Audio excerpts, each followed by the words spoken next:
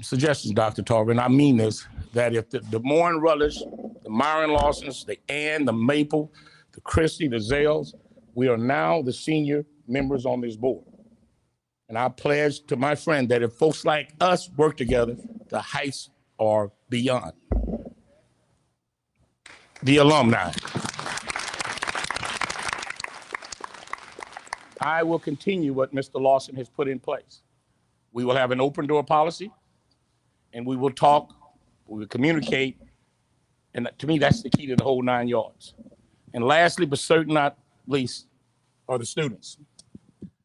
You heard the old mantra, customer first. At Southern, the students are our customers. And everything that we do will make sure that it's in line toward putting the students first.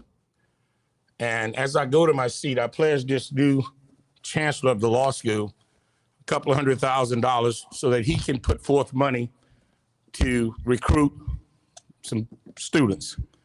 Here's $100,000 that I just wrote out, but I want part of it to be an endowed professorship for Congressman Cleo Fields. And we will meet that 200, but here's your first 100,000. And I just want you to know that's a small amount, but as your new chair, we will raise lots of money. Thank y'all, and thank y'all for letting me be your next chair. We love you.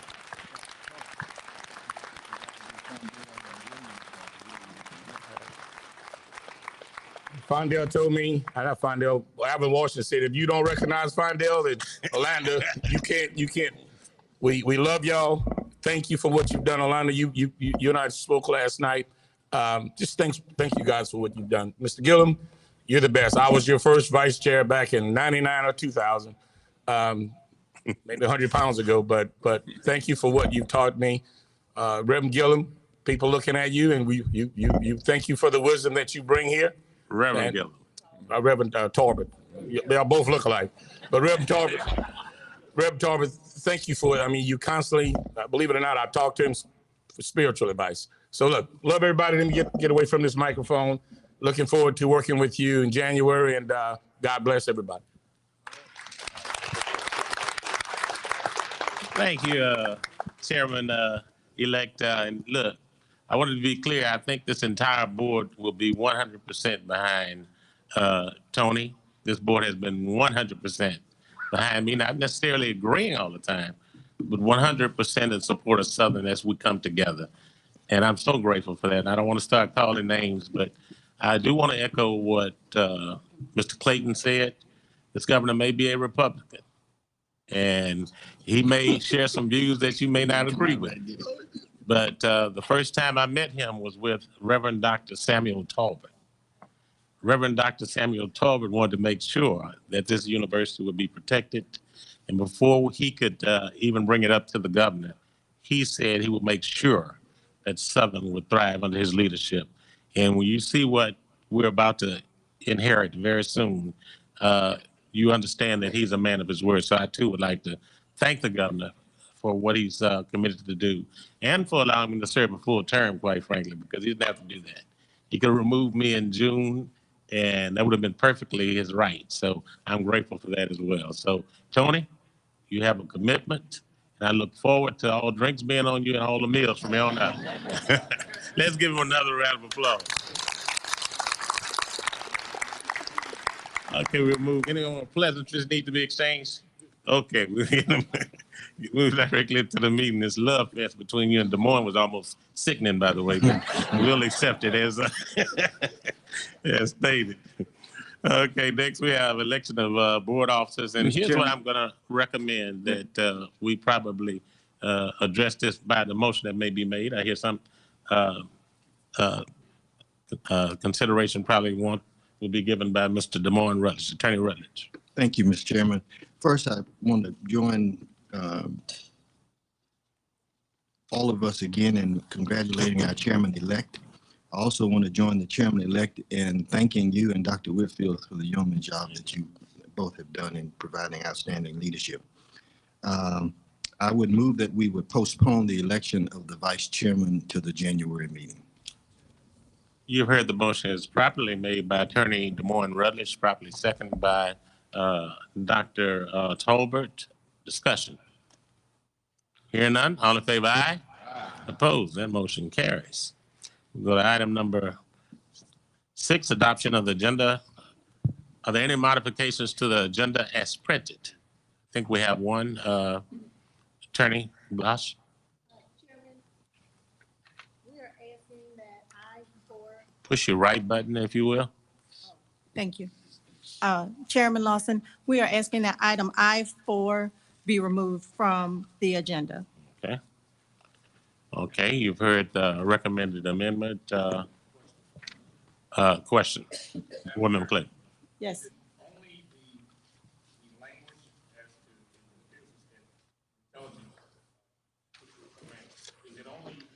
Want the language moved, or you want the whole item removed? And will we bring, because I still want us to be in play for this Army Contracting Command Grant. So, Chairman-elect or incoming chairman, the thought was that if the board approves the item E2, which is the contract amendment policy that would allow the president to approve grants, that this would also still be approved, but you are correct. The language, the description in item I-4 is incorrect. Thank you. Just the link. Okay. Okay, you've heard the recommendation and modification. What's your pleasure? So moved. Properly moved, second by Board Member Whitfield. Discussion? Hearing none, all in favor, aye? Aye. Opposed, motion carries. Now I guess we need to approve the agenda as modified. Motion again? Motion. Properly moved by Board Member Williams. Matthews, I'm sorry, properly second by Board Member Dr. Tolbert. Discussion? Hearing none, all in favor, aye? Aye. Opposed, that motion carries. Okay, public comments relative to the agenda as adopted. Seeing none one approaching the podium, we'll move on to item number 8. Greetings from a dear friend. Let's give the president of the University of Louisiana System, Dr. Rick Gallo, a huge round of applause as he approaches the podium. Well, good morning, Mr. Chairman, Mr. President, Mr. Chairman-elect. As I listened to the Chairman-elect speak, I thought about scripture. Psalms 133:1 says, "Behold, how good and how pleasant it is for brethren to dwell together in unity." And I think the 5th invitation to come before this board and speak, and my successor, the president of Grambling State University, Dr. Lamel, speaking after me, having all of us together, I think speaks to the unity that exists between Grambling State University and Southern University, University of Louisiana System. And the battles that we have that lie ahead of us will require us to be unified like never before. And I can tell you that I've certainly enjoyed the opportunity to work with President Shields and with Chancellor Pierre and with everyone in the Southern family to move forward the agenda of higher education in the state of Louisiana. So although there will be a game tomorrow, and I don't know who it was at the press conference who said there'll be no losers. Somebody's going to win, somebody's going to lose the game tomorrow. I'm glad whoever did the prayer, I wasn't in here to hear you pray for Southern's victory. If that happened as it did in a previous year, I'm glad I wasn't here to hear that. But again, the other 364 days of the year, we have a lot of work to do as HBCUs to advance the interests of our students and of our state. So again, thank you all for the opportunity to come before you, and go Tigers. All right. Thank you, Mr. President. Next up is my dear friend, Dr. Martin Lamel, the president of Grambling State University, my dad's university. President Absolutely. Thank you, Mr. Chair, Mr. Chairman-elect, President Shields, all of the chancellors and board members assembled this morning. It's an honor to be here. And when you think about the state of higher education, we find ourselves at a strategic inflection point where collaboration is our superpower. When you think about the collective power of HBCUs, UNCF just released a study that in the state of Louisiana alone, HBCUs collectively deliver $1.1 billion in economic impact. And so that speaks volumes across the aisle, whether you're Democrat or Republican, to the power of an HBCU. I stand before you today as the 11th president of Grambling State University because of many leaders in this room. I took a visit to Southern University with Dr. Tarver. I've been mentored by President Gallo and many of you throughout the years. And when you invest in students at an HBCU, 20 years ago, I was student body president, and today I'm the 11th president of Grambling State University. And so that is the power of an HBCU. So I just want to tell you a little good news about Grambling State University. We are building and we continue to thrive. We continue to focus on the socioeconomic impact of our students. 1 in 5 of our first-year students in this first class for fall 2024 are international students. And so, yes, our band is world famed, just like the Human Jukebox. We put on a great show, but we also have a global impact. We are proud to have the first and only digital library at an HBCU. We invite you to be a part of our campus and connect with us on premise or online. And we continue to find ways to advance education. I was reading recently about the progress that you all have seen in nursing and Black males in nursing. We focus on nursing education as well as teacher education, cybersecurity and cloud computing, and yes, the arts. And so we're excited to be here with you here in New Orleans to experience the power and the magic that is Bayou Classic. And so I ask that as you continue to do your role in governance, that you think about the center of the universe, and that's our students. Thank you so much. Glad to be here. Thank you, Mr. President. Next up, we have a SGA president taking his seat. My SGA president just walked in the room, who probably came up with the trust but verify rule. I think he heard his name was mentioned with an endowment of $100,000, and he wants to trust Tony, but he needs to verify Alvin what that check says. And I think it's accurate. So I'm going to ask my SGA president and our next congressman for the 6th Congressional District, as we give him a huge round of applause. Senator Cleo Fields, come up, my dear friend. I'm in Washington.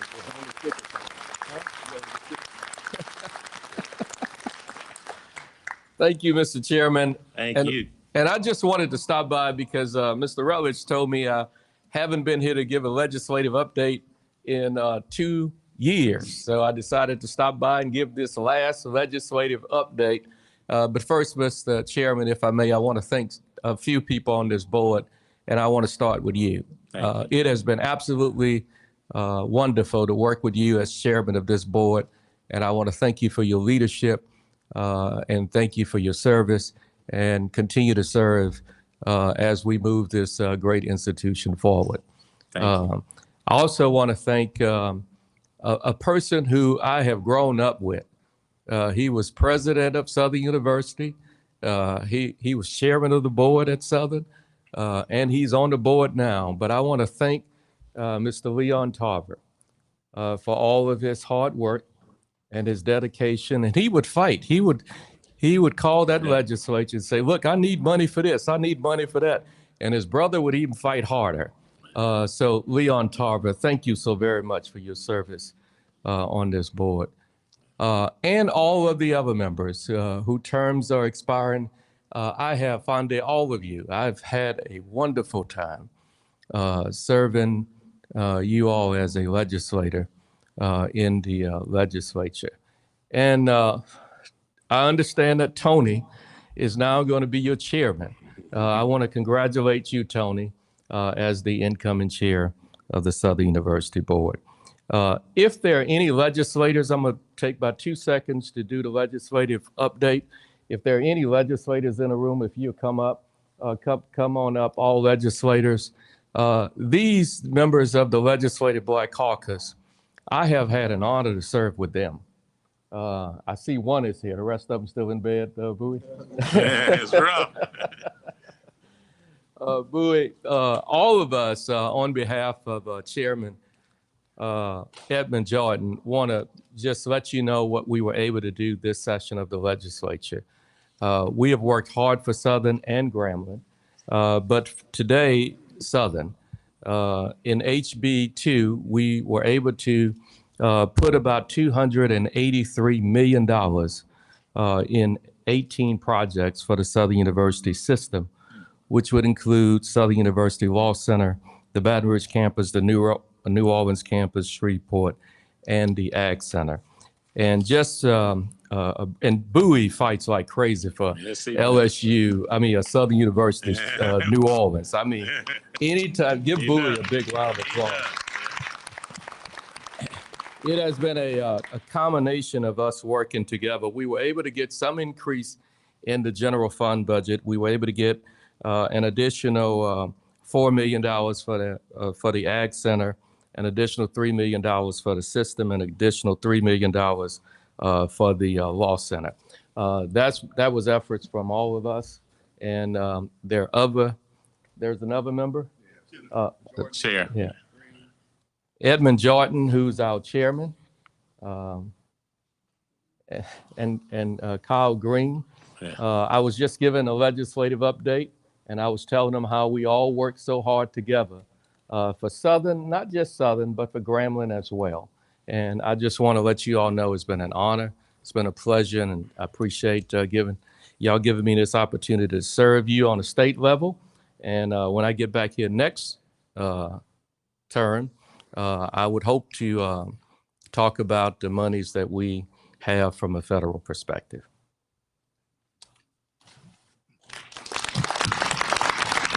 Dr. Bowie. Well, good morning. I also am morning, happy to be here. And I'll simply do because my colleague has simply said everything, and I'll do like the preacher does when the congregation agrees and the church said. Amen. There was one other piece we were able to do, and of course, that announcement will be coming. We worked with the president and the chancellor to really work on something special as a result of the special session. And so we just committed to Southern University system and as well as Grambling. But clearly we look forward to working with this board and the new chairman, and we expect some great things for the Southern system and Grambling as we move forward. Congratulations, Thomas. Chairman. Good morning. Good morning. Good morning.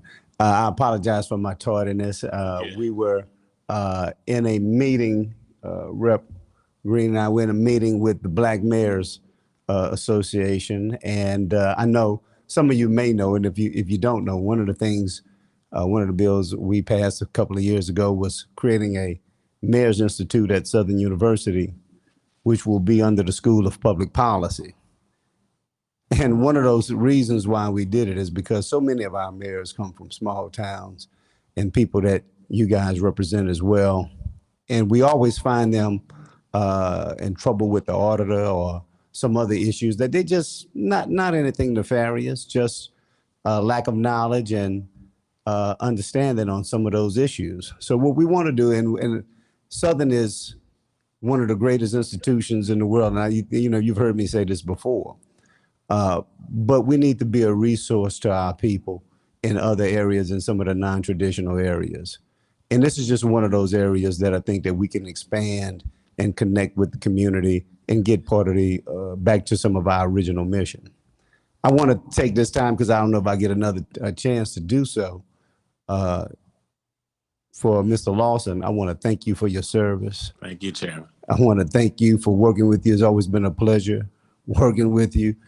And we've had a great relationship. And I certainly want to congratulate my homeboy, West Baton Rouge, Bruley High. It's two chairmen from Brooklyn, now me and you.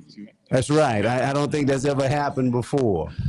And so we go way back. We started off on the same little small street in West Baton Rouge Parish. And so certainly not of anything that I've done, but certainly the accomplishments that Tony's had.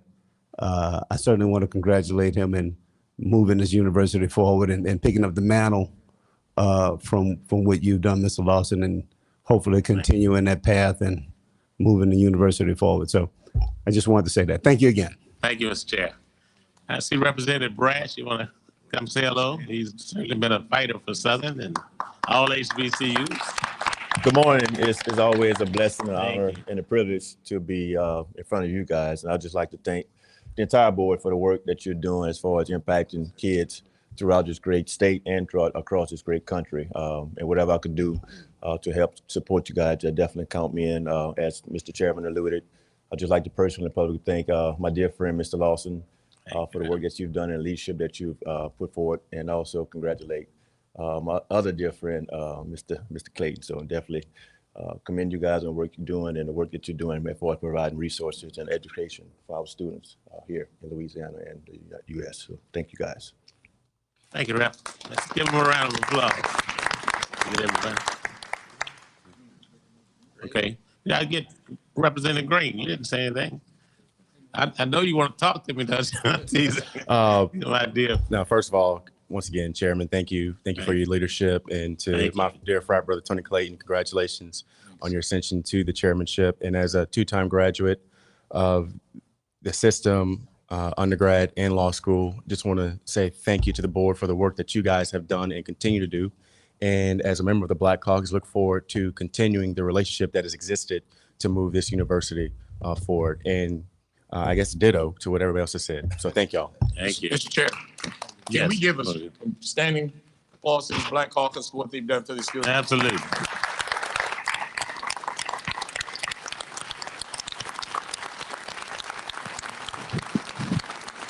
I see Ed Price has just walked in. Ed Price. Senator Price. You know we have to have our senator addresses. Senator Price. That ovation was for you, Mr. Price. Thank you. Thank you all so much, and thank the Southern University Board and the things that you all are doing. Certainly, my congratulations to all the new members that are going to be joining you, and I'm just here to root on Grambling. Hey, there you go. I know y'all would like that. Nobody will ever hear that. We have a 5-second delay in the mic, by the way. Just kidding. Just kidding. Glad to have it. But let me tell you about these guys. These guys are engineers, they're attorneys, they're professionals in their field, they're past chancellors. We have some strong, you say strong Black men, we have strong Black men and women in our legislature. So we want to give the ladies a round of applause too.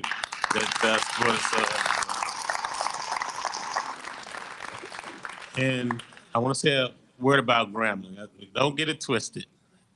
We love to poke fun at each other. When Grambling comes up, Southern comes up.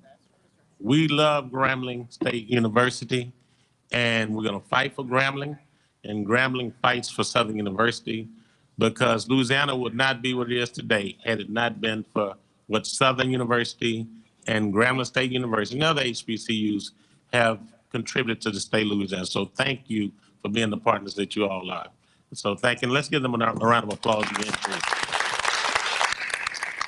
And we know you have a busy schedule, so if you sneak out, we certainly understand it. They don't ever tell me that in the Baptist church, by the way, but I'll tell you that in the meeting. Next, we have a dear friend, and I'm going to yield to the chair of the athletic committee, Mr. DeMoine Rutledge, to recognize our next presenter. Oh, thank you, Mr. Chairman. We're pleased and very highly honored to have with us the Commissioner for the Southwestern Athletic Conference, Dr. Charles McClellan. Let's give our SWAC commissioner a round of applause. Morning. Might be even louder after a couple of weeks from now. We'll see. Yes, sir. Mr. Chairman, Chairman-elect, the entire board, Chancellor, Mr. President, thank you for having me here today. I'll be extremely brief, but I come to you for two reasons. I'll talk a little bit about where the conference is, as well as how this new House settlement that you've heard about, name, image, and likeness, will affect Southern University and Grambling University as well. I won't be long, but first of all, let me congratulate the Southern Jaguars for winning the Western Division and representing the West in the upcoming SWAC championship game. No easy feat. We look forward to a strong game. It definitely is going to be exciting, nationally televised, and for the right to go to the Celebration Bowl, there's a lot on the line. The Southwestern Athletic Conference is as strong today as it has been in quite some time. You know, 6 years ago, we had the institutions having to give money back to the SWAC just so we could make payroll and pay the light bills. I'm pleased to say that we are now in a position to where the SWAC is the most funded FCS conference in the nation. In addition, we were able to distribute back to the institutions over the past 2 years a little more than $28 million, which is more than any other FCS conference in the nation. So as we continue to grow and as we continue to build, we're trying to integrate ourselves in every aspect of intercollegiate athletics. For the first time in over 2 decades, our chairman of the board, Dr. Quentin Ross, he now sits on the Division I NCAA Board of Directors, which means that every decision that comes through the NCAA, the SWAC will have a vote. We now have 28 individuals on NCAA committees, whether that's academics, whether that's compliance. So as we have these issues that arrive, in the past, we did not have any representation. SWAC has representation at every level within the NCAA, up to and including the Division I Board of Finance, where the $1.3 billion that is allocated, again, Dr. Quentin Ross is on that subcommittee. So we have integrated ourselves and we've continued to grow and build. So as you see, all of this movement within Division I, where conferences are starting to fold, the Southwestern Athletic Conference is as strong today as it has ever been. We continue to lead in attendance 48 years out of the last 49 years, and that has helped us. So thank you to Southern University. Thank you to Grambling State and all of the SWAC fans. That is the reason why we are as strong as we are today. So your conference is strong, and we're going to be here for another 100 years. As it relates to the House settlement, I know you've heard a lot about the House settlement. This is name, image, and likeness. And ultimately what that means is it's gonna be allowable for institutions now to be able to give name, image, and likeness money directly to their student athletes. So what does that mean for Southern University? That means that there's gonna be an influx of student athletes that are going to be looking for name, image, and likeness payments, where you normally would have to go get a sponsor, a Dodge sponsorship or a Chrysler sponsorship, what have you. You can now do that directly. This is going to come into effect once the judge passes all of the tests. And there are a couple of tests, there are a couple of challenges, but we're thinking in April, and this is going to be in effect for the upcoming fall year. So as you know, we have a patchwork of state laws. We have 50 states with 50 different laws about name, image, and likeness. All have to be on the outside. Now they're coming inside. What does that mean? We already have one institution within the Southwestern Athletic Conference have committed name, image, and likeness dollars to their student athletes, which means that you're now getting ready to compete for that quarterback, where you were competing against, let's say, Southeastern Louisiana or McNeese State on the field. You're now getting ready to compete in the recruiting, and you're gonna need to be able to have some name, image, and likeness dollars set aside. In addition to that, the settlement was $2.8 billion. Now that $2.8 billion will not go to the SWAC student athletes that participated in the sport of football and basketball. It's gonna go to those FBS Power 5 athletes. So those that are already in the NFL getting paid millions of dollars, they're getting ready to get another $2.8 billion. The Southwestern Athletic Conference contribution to that $2.8 billion is $30 million. Even though we didn't have anybody participating in FBS and we did not participate in sharing of those dollars. Southern University's portion of that is going to be $3 million over the next 10 years. So some of the revenue that you're getting from the NCAA, some of the revenue that you've gotten from the NCAA is going to go away. So I'm here to say there's going to be some challenging times from a financial standpoint. I want the board to kind of understand what this means. And the last part of this, and as I take my seat, we're getting ready to do away with what we call full scholarships as far as scholarship limitations are concerned. So in FCS, at your football team, you can give up to 63 scholarships. That's getting ready to go away. We're getting ready to go to roster limits now. So football, the roster limit is going to be 105. Baseball is going to be 35. So you can give up to that, or you can stay where you are, and schools are going to have an option to opt in and opt out. So we're going to develop a best practice memo document that we're going to give to all of the presidents and chancellors to kind of help you guide. I'll be here as a resource, but kind of want to let you know that we are in a really good spot from a revenue standpoint. We're going to be just fine, but it is going to take some additional effort. We're going to have some name, image, and likeness dollars on the inside. We'll work with you to help develop that, but make no mistake about it. We are on top, and we're going to continue to stay on top. And as I take my seat, I do want to say a couple of things about Grambling State University. Mr. President, President Gallo is the reason why I am commissioner of the Southwestern Athletic Conference. So I always like to give a public thank you for having confidence in me, seeking me out, and guiding me through the process. And I will say about President Martin LaMelle, he is the right person for Grambling State University. There could not have been a better person hired for the presidency of Grambling State, but as good as he is as an administrator, he is equally talented and equally, I'm trying to think of the right adjective. He is as good of a person individually as he is as an administrator. There could not be a better administrator, a better person to lead Grambling State. And with the help of President Gallo, the reaction that I heard from this board about the excitement of the legislature, Grambling State, Southern University working together for the state of Louisiana, both institutions are going to win. So thank you for your time, and I look forward to seeing you on the gridiron tomorrow. I think the president wants to comment, but here's why we're in a good space. The stars are lining up. Even with the challenges, we have the capacity now like we've never had it before. So I'm excited, and nothing you share with me today that leads me to believe that we're not doing anything other than moving in the right direction. So thank you again, Mr. President. Thank you, Commissioner McClellan, for articulating the good shape that the SWAC conference is in financially now. But we'd be remiss to not identify you as the driving force and leadership of making that happen. And so I didn't want you to walk away giving us that good news and a little bit of bad news without acknowledging that your presence as the commissioner has been the difference maker. Thank you, sir. Thank you very much. Mr. Attorney Rutledge. And while I currently chair the athletic committee, I don't know how much longer I'll be chairman.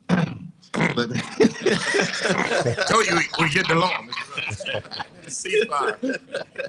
I would hope that the chairman-elect at some point, and that you would be receptive, Mr. Commissioner, in the days ahead as the judge finalizes all of the details regarding the House decision and what institutions can do in terms of directly hiring student athletes and what all that means, that you would be receptive to coming back to our board to sort of give us an update in terms of what those decisions are in the future. Yes, sir, absolutely. It'll be my pleasure. A lot of this is still unknown. Even at the FBS level, there's going to have to be a lot of give and take, but we're going to be, again, on the front end. And as I get the information, I'll be more than happy to work with you. And I know you're sensitive to this, but particularly for resource-challenged institutions like Southern, I think there ought to be, in Grambling, and in the conference, there ought to be some special dispensations made such that we are given a fair opportunity to compete. Yes, sir. That's one of the things that we talked about before. They were paying student athletes, just not on top of the table, right? At least this gives us an opportunity to get into the game and be able to get those resources to the student athletes that are deserving. And I think that it's going to actually help us as a conference, because if we continue to rise as we are, not only nationally, but from a publicity standpoint, from a revenue standpoint, we're going to be able to out-recruit our FCS peers.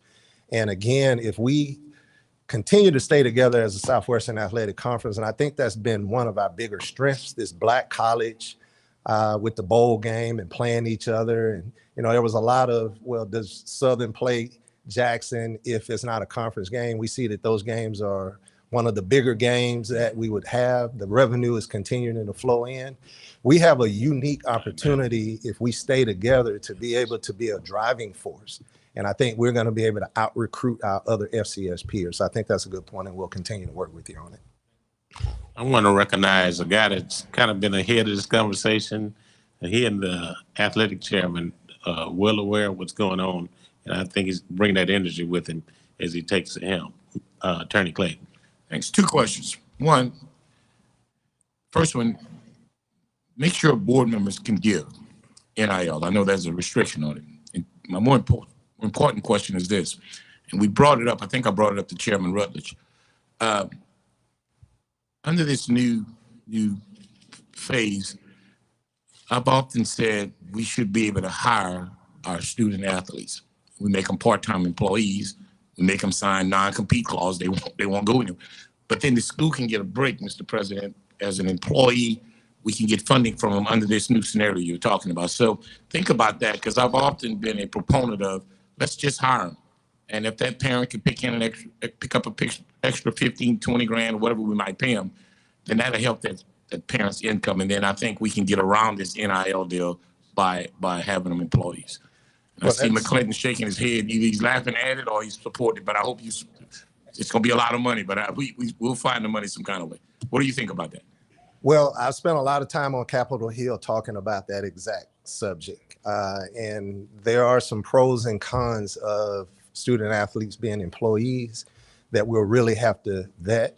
Part of that is a lot of our student athletes, especially at the FCS level, receive financial aid as a part of their total compensation, which by definition means that they can't afford to go to school. If they become employees, they're going to have to pay taxes on that.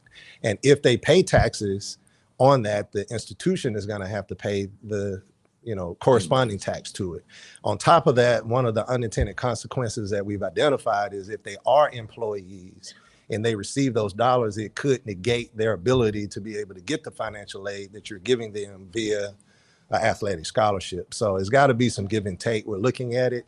The name, image, and likeness process is probably the best process for the student athletes, but the employee piece of it is something that we're still going to have to vet and try to work out because there's just so many unintended consequences that we're looking at. Thank you for your time. Any other questions? Thank you again, Commissioner. We appreciate you. Always Give my him pleasure. another round of applause. We have our former president. We have to acknowledge Mr. Ray Belton. Dr. Ray Belton, wave your hand back there. Still looking good. Now, finance guru, Ben Pugh in the back as well. Let's give him a round of applause, Mr. Pugh. I think we have a legislator that walked in. I don't know where she is. There she is. Come on and go say hello to us. I told him about the powerful women. I'm glad we had one to show up. Come say hello to us. Give her a round of applause. Something about Shreveport, isn't it? Yeah. Good morning, Chair. Good morning to this prestigious board and everyone assembled. I am Joy Walters. I represent House District 4 in Shreveport. I am very fortunate and blessed to have Southern at Shreveport in my district. Thank you so much for all that you do for our state. And I might add this to the record as well, that I am a product of dual enrollment at Southern Shreveport as well. Thanks again for all that you do. Thank you. Okay, next up, I want to recognize our talented SGA president for the Baton Rouge campus, I think Ms. Kennedy Orr, and Regents member. She's a member of the Board of Regents. Come up and say hello, Kennedy. And she's going to bring up our queen, who we're happy to have, Ms. Faith Woods, and some other folk in the delegation. Let's give our team a round of applause. Madam President.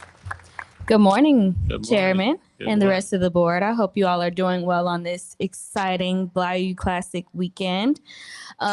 First and foremost, as the semester is coming to a close, we just want to thank you all for the hard work that you are doing as you continue to fight for our wonderful institution and making sure that Southern propels forward, especially in this time now where HBCUs are under a spotlight that is so bright. And we want to continue to make sure that that spotlight stays on and we continue to bring students in and that our university grows. As I thank you all, I also want to encourage you and implore you to please make sure that you continue to put the students first, and ensure that the priorities of the students are always at the forefront of your agenda, because as Southern University grows, we want to make sure that we can include every student that wants to come to our institution. We want to make sure that students that need disability services are not feeling unheard and that it's taking too long for them to graduate. We want to make sure that we have enough housing so that our students can come and stay on campus and be successful students. We want to make sure that our academic programs are strong and that we continue to bring new majors and minors and certifications and concentrations so that our students can graduate in that 4 to 6 year span so that our graduation rate can go up.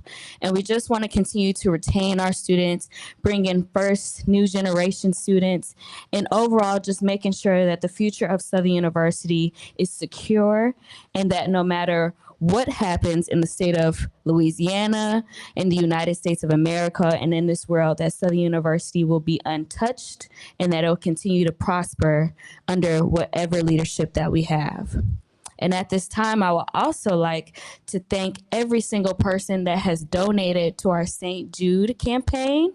We finally reached our $5,000 goal. Yes. So whoever donated to the campaign, can you please stand? Is anybody here? Okay. Well, thank you to everybody that has donated to the campaign. And we also would love to give a big special shout out to Mayor Broom for donating $1,000 that pushed us all the way to our goal. So special thank you to her. And once again, I just want to thank you all. I hope everyone has an amazing Bayou Classic, and go Jags. All right. Thank you, Madam President. Thank you, Queen. Okay, next we have a young lady, and President knows I'm going to ask that she comes up and say hello. Miss Crystal Jackson is here, Mr. President. There she is.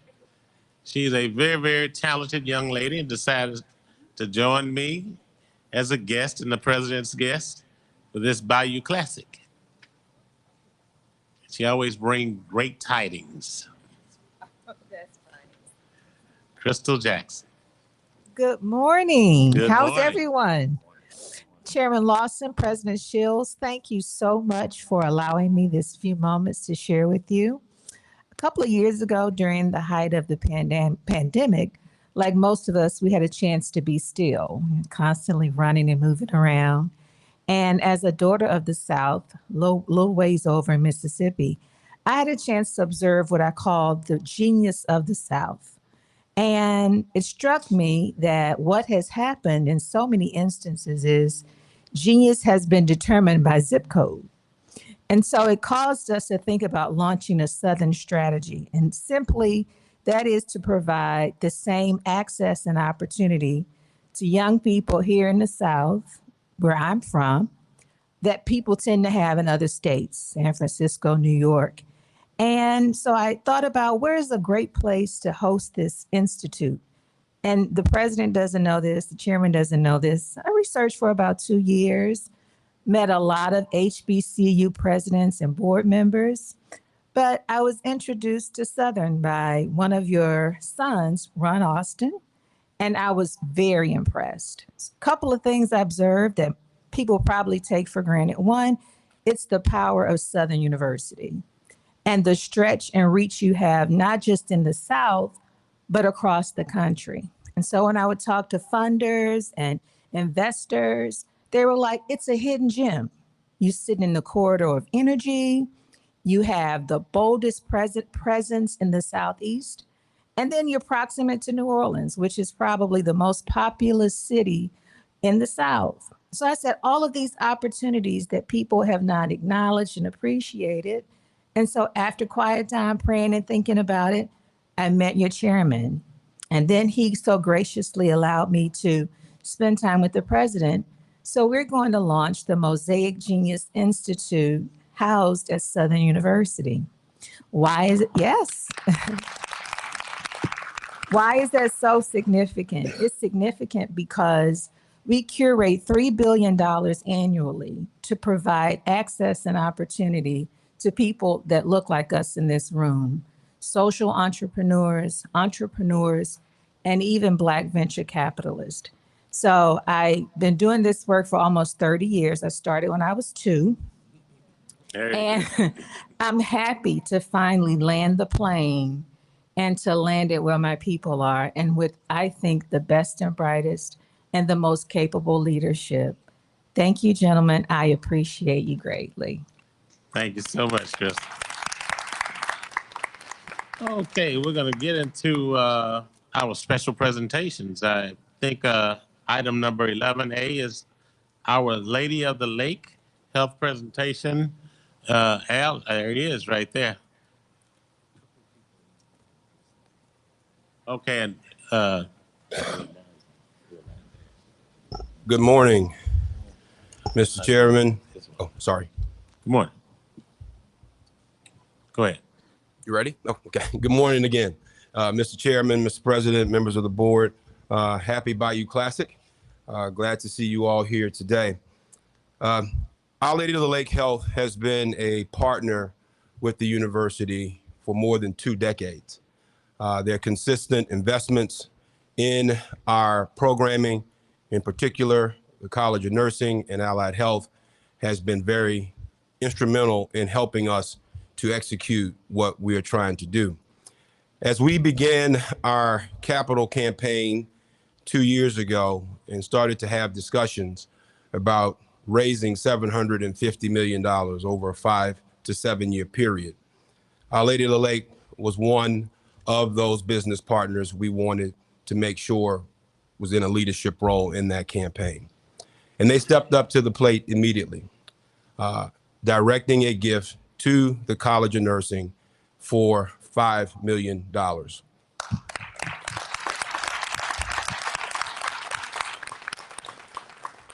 I'm going to ask that Dean Sandra Brown, who was instrumental in helping us to secure this sizable gift from Our Lady of the Lake, to come forward and to provide more detail. Dean Brown. Good morning. Morning. Good morning, Chairman Lawson. Thank you Morning, for your Dr. Brown. service. Thank you. Good morning, Honorable Tony Clayton, Chair-elect. We look forward to your leadership. Vice Chairman Whitfield, President Shields, Chancellor Pierre, and distinguished members of the board. On behalf of the School of Nursing, we extend our deepest gratitude to Our Lady of the Lake Health for this investment. Under the guidance of Mr. Al Harrell, we've been working with Tina Schaefer, who's the Vice President of Our Lady of the Lake, for several years to make this partnership happen. Tina is a beloved alum of Southern University, so we thank you, Tina, for your tenacity and dedication to Southern University. We are honored to create a community health partnership with Our Lady of the Lake. This partnership between one of the largest hospitals in the state and the only HBCU system in the nation will transform how we serve and educate. Through this partnership with Our Lady of the Lake, we will open doors and create pathways to increase clinicians of color and retain a talented nursing workforce in the state of Louisiana. We will continue to serve the underserved and the overlooked. We will remain committed in producing the largest number of African-American nurses in the state and the largest number of African-American male nurses in the country. And we will continue to inspire little boys and little girls that they too can be what they see. A Southern University nurse supported by Our Lady of the Lake with career opportunities and economic stability impacting generations to come. This greatest investment that anyone can make is to invest in the lives of others. It is the gift that keeps on giving. So thank you, Our Lady of the Lake, for investing in our students and for supporting our legacy. We all know that a legacy is not what you leave for someone. It is what you leave in someone. So thank you, Our Lady of the Lake, and go Jags. Oh, Jags. Hey. Good morning. Good morning.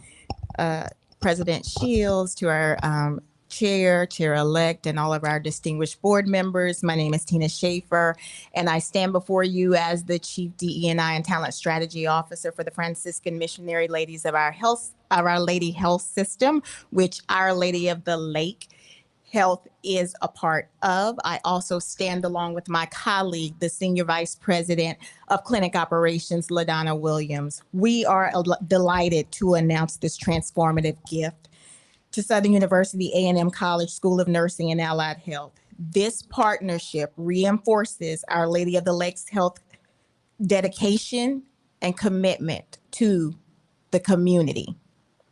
We want to make sure that we are collaborating with Southern University to expand and diversify our workforce and advance educational opportunities for all of Southern University students. This gift and partnership builds upon decades of collaboration between Our Lady of the Lake Health and Southern University, highlighting a shared legacy of investing in health, education, and community development. Together, we are investing in the great state of Louisiana and in you, Southern University, and putting our students and our patients first. Thank you.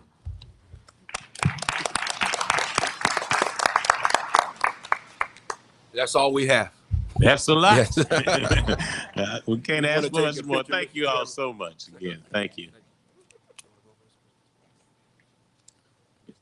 Preparing to take. Before we get over here, and he's going to prepare for the next one to come, we'll take a picture. But the president wants to acknowledge some folk that maybe. Yes, they may not be able to stay with us through the whole meeting. I'd like to recognize Lynette Augustine, an alum and one of the prime movers behind Procter & Gamble's sponsorship of the Bayou Classic football game. Is Lynette still in the room? There she is. All right. We really appreciate you. Very good. And I also like to recognize Dr. Willie Smith, the Chancellor of the Baton Rouge Community College. Is he still in the room? There he is back there. Thanks for coming through, and thanks for all the work that you do. Okay, I think Procter & Gamble has a presentation. Is that correct, Mr. Brown? Okay.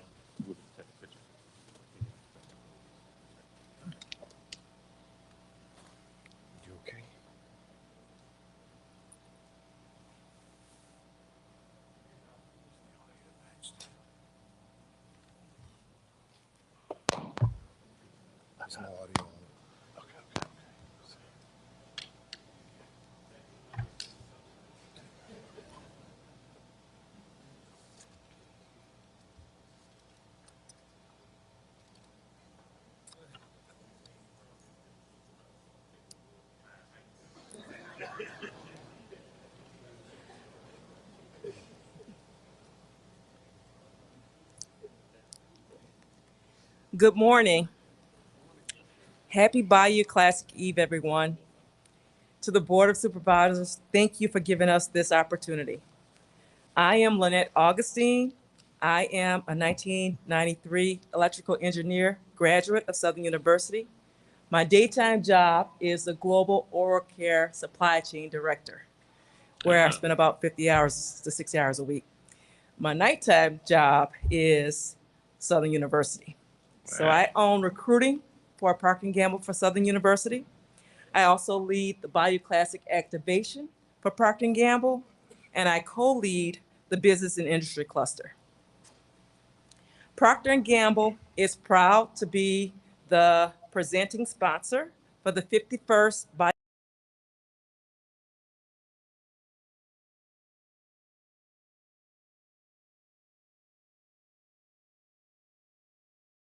Let me just put it on presentation mode. A second.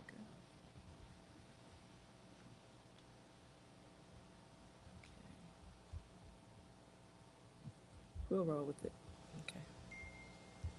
Okay. So the last 2 years, we also brought in activation units for consumers at FanFest. So this is an example of last year. We're bringing in similar units for this year activation as well. So we're bringing hairstylists, product, clean restrooms stocked with all Procter & Gamble's product, games. We'll be providing games as well as P&G and the Bayou Classic swag this year, such as jackets, caps, and t-shirts.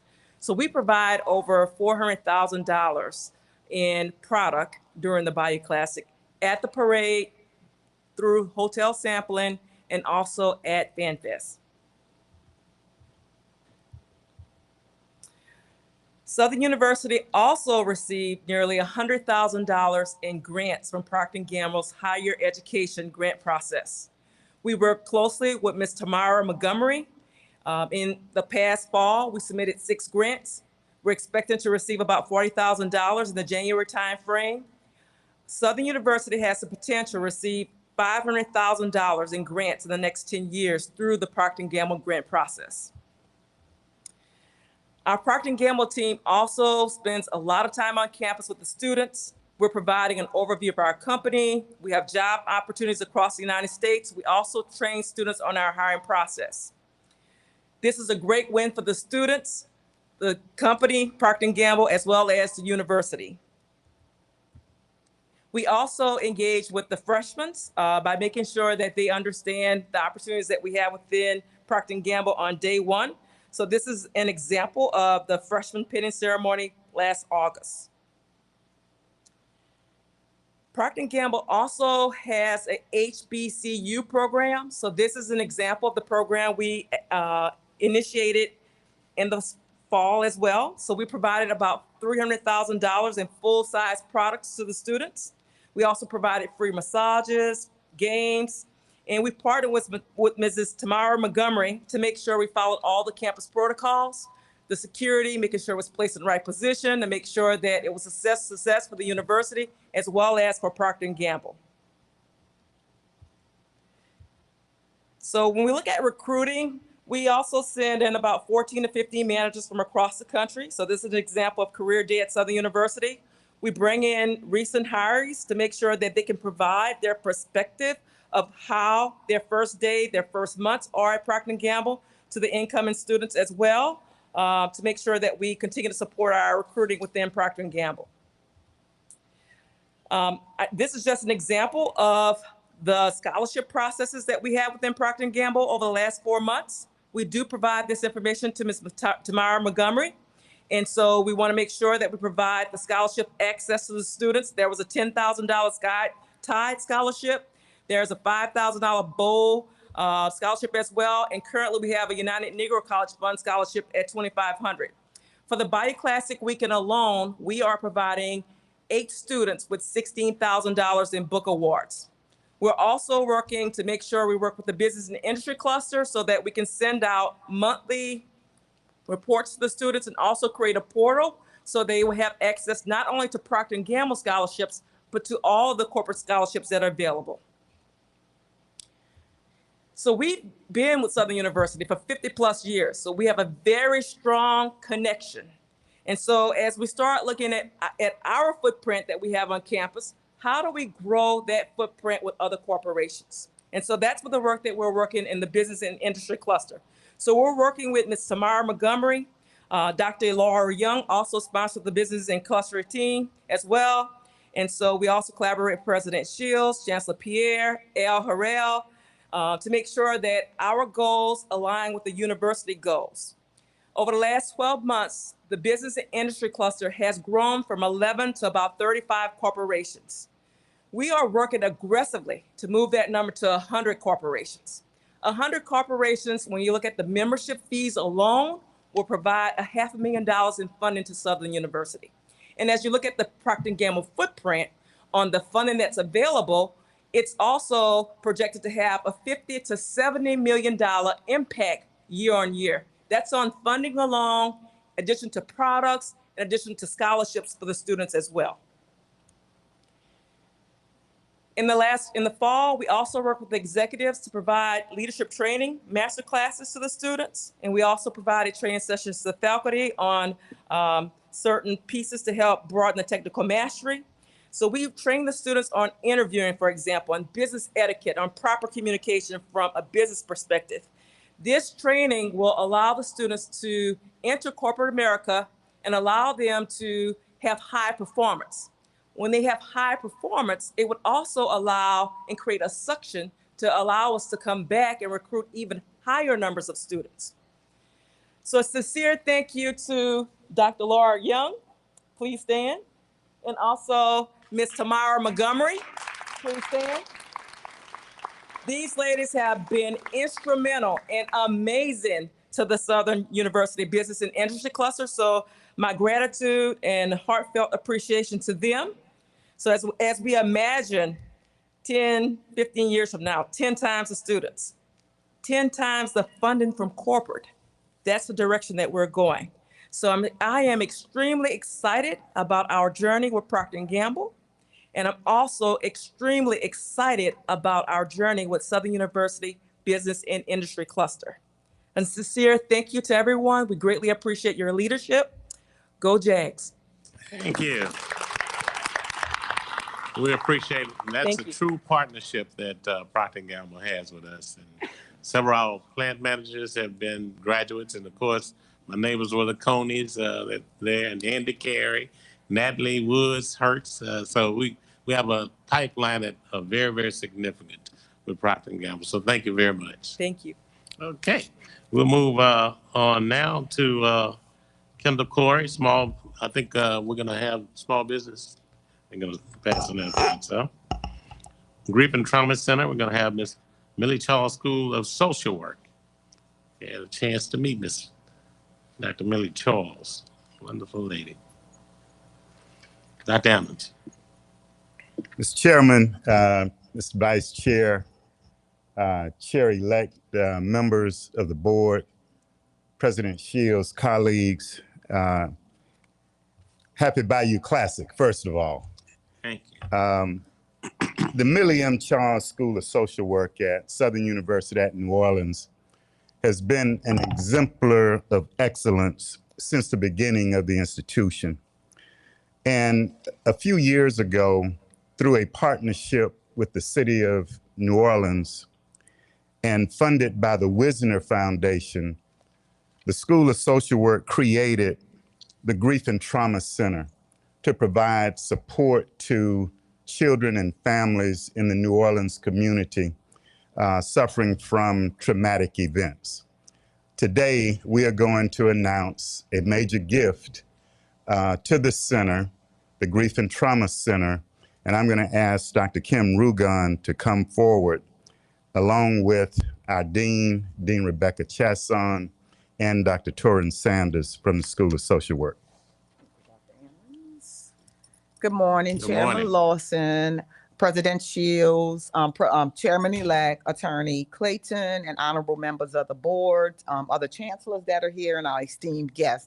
This presentation is very exciting because it will directly impact the people in the city of New Orleans. Not only will it impact our citizens, but our students as well. As you all know, that New Orleans has like one of the highest crime rates. And a lot of people that are affected by the crime are kids of victims and kids of the perpetrators. So we have had an opportunity over the last 4 years to open up our doors in the Millie M. Charles School of Social Work to provide that needed counseling for grief and trauma that some of our citizens are experiencing, some of our own students are experiencing.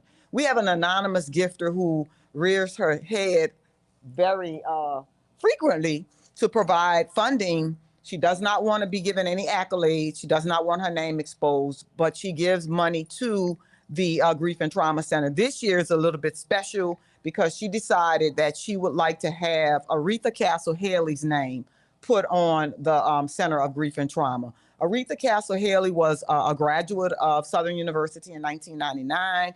She's a two-time graduate. She was also a community and civic activist in New Orleans who fought tirelessly for the rights of underprivileged individuals. So this anonymous gifter has given us $500,000 with the hopes that we will put Aretha Castle Haley's name on our Grief and Trauma Center and to also use the money to continue to provide services to our community. So at this time, Dr. Ammons, I would like to present you with a check for $500,000 from our anonymous giver. And I would ask Dr. Chasson or Dr. Sanders to come to the podium to talk a little bit more about the work that's being done in the center. Wonderful. Good morning, President Shields, to our chair, Mr. Lawson, and to our friends, our chair-elect. I'm Reverend Dr. Torrance Sanders. I'm an associate professor of social work at SUNO, as well as the director of the Center for Grief and Trauma Therapy, which started in August of 2021. With this grant of $500,000, that will bring the total funding that the center has received since its inception to $1 million. And so we're very excited about that and the work that we've been able to do. Thank you. Thank you for that. Dr. Rugan has already said basically what we do. And of course, it's critical. Our focus is two areas. One, of course, to serve the greater New Orleans area, children and adults who are affected by grief and by trauma. But secondly, and almost as importantly for me and for us, is to prepare culturally competent staff for agencies who need workers to provide these critical services. And so that's also a key part of our mission, is to provide graduate level students with the training and the expertise to go out and serve the community in these ways. And so, but of course, none of this could happen. And I must give great honor to our dean, our illustrious dean, as I say, who has really, through her efforts, garnered this particular grant and donation as our second anonymous donation because of the hard work that she does and the light that she shines on all of us. So without further ado, I'll yield to our dean, Dr. Rebecca Chazon. All right. Good morning. Good morning. Good morning. Thank you so much for allowing me to help to sustain such an important center. The donor who provided this $500,000 award to the center is trustee of the Being Human Foundation. And the Being Human Foundation is one that does look at how we really behave as professionals and how we train our students. The donor, the trustee, had the opportunity to work with Oretha Castle Haley. I don't know how many of you know Oretha Castle Haley. There's a street named after her. I know her. She was a warrior. The former dean, founding dean, Millie Charles, often said that Oretha Castle Haley had so much courage. If some of you knew Millie Charles, Millie had a lot of courage, but Millie said that her courage paled in comparison to Oretha Castle Haley. In addition, though, just to add as to what this particular donation will give to the school, we will train social workers and other mental health professionals in more self-reflection, learning how to be the kind of people and having the strengths to do what we need to do as we enhance what we call liberatory practices in mental health.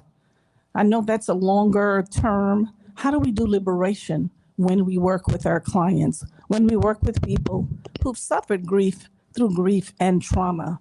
So that's one thing we plan to do with this, in addition to working to sustain the center. So we do need grant funding, so we're going to continue fundraising. We will award student stipends, and we'll also have a BSW student and MSW student receive a Courage Award, an Oretha Castle Haley Courage Award on an annual basis. So we're very excited to receive this gift. The trustee is a dear colleague and friend. And as Kim Rugan said, Dr. Rugan said, she doesn't necessarily want a lot of acknowledgement. But I have to say that this donation and her kindness and generosity is going to really change so many lives, in New Orleans, in the city of New Orleans and around New Orleans in the metro area. So thank you, board, for being here. Thank you, Dean. Thank you again. Item number E, Oshner and SUNO partnership. I think, where's our colleague Christy and Tanya, if you will? Oh, I'm sorry. I didn't know you were pausing for picture taking. If you will, just one moment, Tanya.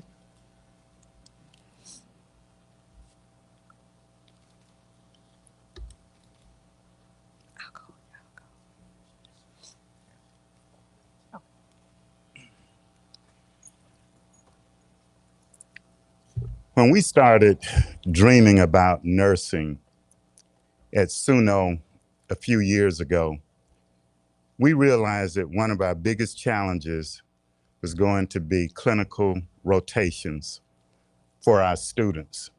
And in fact, when we talked with people in the field, there were so many students who were already in nursing that this would be a huge challenge for us. So we picked up the phone and we called Ochsner.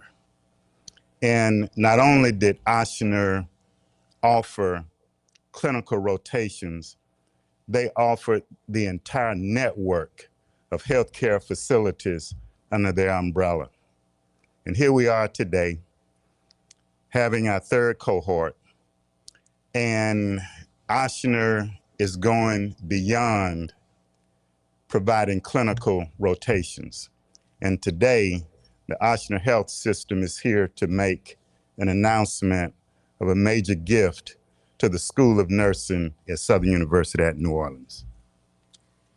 So, thank you, Dr. Ammons. So through the Ochsner Nurse Scholars Program, Ochsner and SUNO will work together to address Louisiana's critical workforce needs while providing local graduates opportunities to pursue high-wage careers in healthcare. The Ochsner Nurse Scholars funding also comes to Southern University at New Orleans program as we announced the expansion of our plans to open up a new facility at on SUNO Knights Drive that will allow SUNO to more than double their number of nursing graduates. I'd like to call to the podium at this time, I think Board Supervisor Christy Reeves and Tanya Moore, who is the Director of Community Relations at Ochsner. Good morning, everyone, and happy Bayou Classic. It's good to be here on this great day as I'm joined by my colleague and your board member, Christy Reeves. We enjoy what we do at Ochsner, right? And so the goal is to make sure that everyone has great health, but you also have the providers that go behind it. And we know that there is a huge nursing shortage, not only in the country, but here in Louisiana. So with that, today I'm honored to share that as part of our commitment to the Southern University system, Ochsner Health is pleased to announce a $2 million commitment to Southern University at New Orleans for the incredible nursing student. Thank you. This funding will be used over the next 10 years to help provide education for students with the Southern University at New Orleans School of Nursing who qualify for our Nurse Scholars Program at Ochsner Health. The students selected for Ochsner Nurse Scholars will receive tuition to earn their nursing degree in exchange for employment with Ochsner Health following graduation. Over the next decade, the Ochsner Scholars participants and the partnership with SUNO will be able to serve up to 15 students annually. So we are excited about this partnership. These dollars will also provide more young people in our state the opportunity to give back to the local communities by pursuing a meaningful career in healthcare. So our missions align as SUNO mission is to save the educational needs of the area and greater New Orleans community. Our mission is also to inspire healthier lives and stronger communities. So with that, we wanted to come here and present this today. It's been great working with Dr. Ammons and Dr. Rugan and also our Ochsner leadership to make this happen. Of course, it's never easy when money is involved, but that partnership has been made, and we are excited to stand before you today. So thank you for having me, and happy Bayou Classic, everyone. Wonderful. We appreciate those healthy chicks. Very nice. Yes, indeed. Okay. Next item we have up it's a wonderful young man. I think Mr. Roy Griggs' presentation.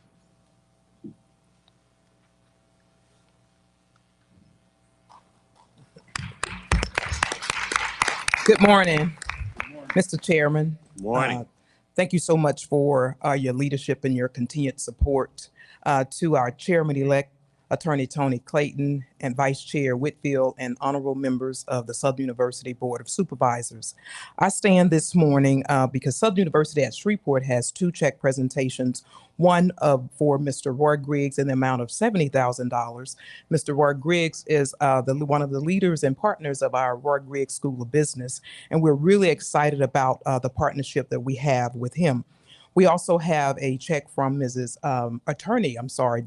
Scott in the amount of $50,000. And I'm going to call Ms. Stephanie Graham to the podium along with Ms. Cheryl Taylor to introduce our donors. Thank you. Nice. Good morning, Chairman Lawson. Good morning. Chairman-elect Clayton, Vice Chairman Whitfield, President Shields, members of the board, and our sister campus chancellors. I am Stephanie Graham, Director of Grants and Sponsored Programs at Southern University at Shreveport, and joining me is Ms. Cheryl Taylor. She's our Director of Advancement on the Shreveport campus. It is my distinct pleasure this morning to introduce a longtime supporter of Southern University at Shreveport and a profound individual who has made an indelible mark on our Shreveport community and beyond. Mr. Roy Griggs, retired CEO of Griggs Enterprises Incorporated, and owned 14 McDonald's restaurants in Shreveport and Bossier City, Louisiana, and Marshall and Jefferson, Texas. During the height of his ownership, he managed over 800 employees and a yearly gross revenue of $32 million. Mr. Griggs has been involved with Sussler bringing not only financial support, but also a wealth of knowledge that he has shared with our students.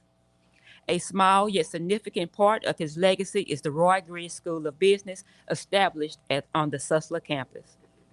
His $70,000 contribution today will provide financial scholarships to business majors and expose our students to leading business professionals in Northwest Louisiana. Mr. Griggs, turn the podium over to you.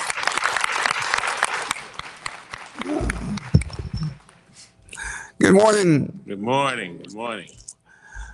Chairman Lawson, President Shield, and to the Southern University Board of Supervisors and all that are present.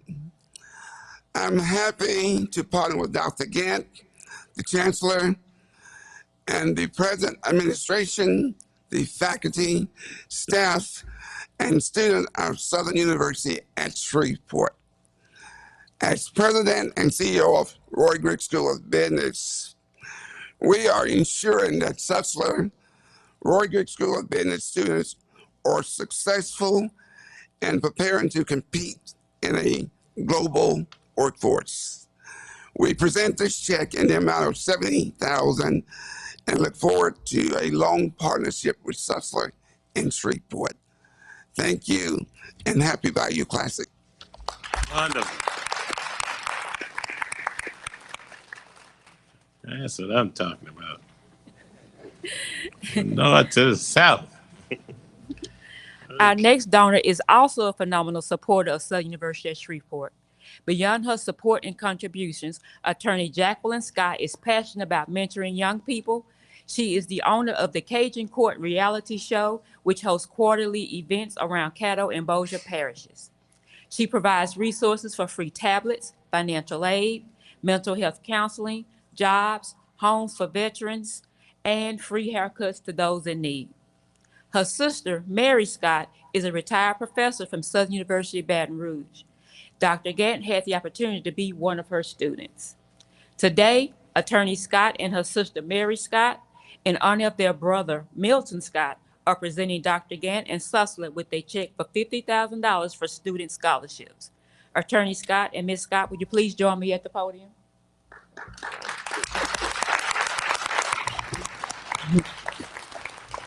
Good morning. Morning. On behalf of my family, we are happy to be here in front of the Board of Supervisors. In fact, my sister's here. We would like to present a check for $50,000 on behalf of my brother who passed away in 2018. He was very fond of Southern University, and so are we, and we look forward to giving an additional $50,000 to Southern University. It's a small token of appreciation, but we are here to serve our community. Also, we are so elated that we have Dr. Gant, the first female chancellor on campus. And she has done a phenomenal job, and we are committed to Susler. Thank you so very much, Dr. Gant and the Board of Supervisors, and we look forward to doing more. Thank you. Ditto. Thank you, Judge. I'm glad to see how attorneys should behave around here. I got them all around me, to my right and to my left. Okay, next up, I don't want to too short. That's it, Dr. Gant. I want to make sure we're not moving on prematurely. Okay, thank you. Next up is H, the Mosaic Company check presentation. Green jackets going on. It must Thank you. color Thank money. you. Accent is about the green. About the green. Yeah. Yes, sir. Yes, indeed. Thank you, I Chairman see. Lawson. That's all right. Vice Chair. Not the and jolly also green Chair giant, elect. just chicks, huh? My friend, Mr. Clayton. We have a couple of awards that for special presentation, and I will say in advance before Dr. Williams comes and presents them that they are centered around research and our students and experiential learning, because that is critical for our students being competitive in the job market. So with that, Dr. Williams. Good morning, everyone, and happy Bayou Classic. Morning. So we've heard Girl Scouts, we've heard Money Green, Organic Green, but this is Ag Green. This is Grow Jags Green. All right. So thank you, Chancellor McMeans, for having the insight and always raising the bar to make sure that as we grow Jags, we look good while we're doing it. So. All right. Now, before we begin this presentation, I do want to acknowledge that we have two checks that we're going to present. One is from the Brown Foundation, and it's in the amount of $150,000. All right. Now, it's important to note that this isn't simply a financial contribution that the Brown Foundation is making, but this is the second consecutive year that they've actually committed this money to us and have held true to that commitment. This year, it's going to support their funding dollars will go towards 3 impactful projects centered around aquaculture, sun beef, as you all have tasted and know how wonderful it is, and hibiscus research. So we extend our heartfelt gratitude to the Brown Foundation for their partnership that not only fuels innovation in the Ag Center, but inspires our faculty and staff and our students to reach even greater heights of excellence in agriculture. So at this time, I'd ask Mr. Robert Easley to present the check in the amount of $150,000 to Chancellor Dean McMeans. All right. The screen also. And it's a green check. Thank you. Right. The next presentation will come from the Mosaic Company. The Mosaic Company also, this is their second consecutive year in a row giving towards the Ag Center and growing Jags and our students. They were recently also inducted as a founding member into the Morale Society, which is our premier advisory circle and circle of donors at the Ag Center. They also are using their money to be earmarked towards a really exciting drone certification program that we have, where we have a team of 4 Federal Aviation Administration certified pilots that are joining forces with the Ag Center and helping us to run this certification, not just for farmers, but for our students. So we're really excited about the success that has been achieved so far with that program. And again, to help us with this, the Mosaic Company is giving us $50,000. So I would ask Mr. Easley, please, to make that presentation to our Chancellor Dean.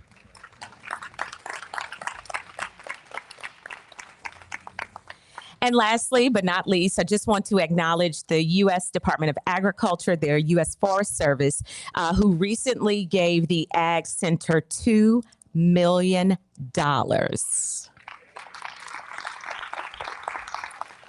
And so that, of course, will be used to for innovation as it relates to our U.S. Forest Service urban forestry collaborations. That was presented during our Ag Week game, and we are very excited and very pleased of the work that we're doing here at the Ag Center. So thank you all so much for those presentations. And not Go Jags, we say Grow Jags. Dr. Williams, Yes. I was just wondering, how can I get one of those jackets? So actually, Great. here is your gift for Bayou Classic. Chancellor McMeans will be delivering a organic green Grow Jags jacket to each of you as our gift to you so that you can help us be ambassadors for the wonderful work that we're doing at Southern Ag. Thank you, Dr. Williams.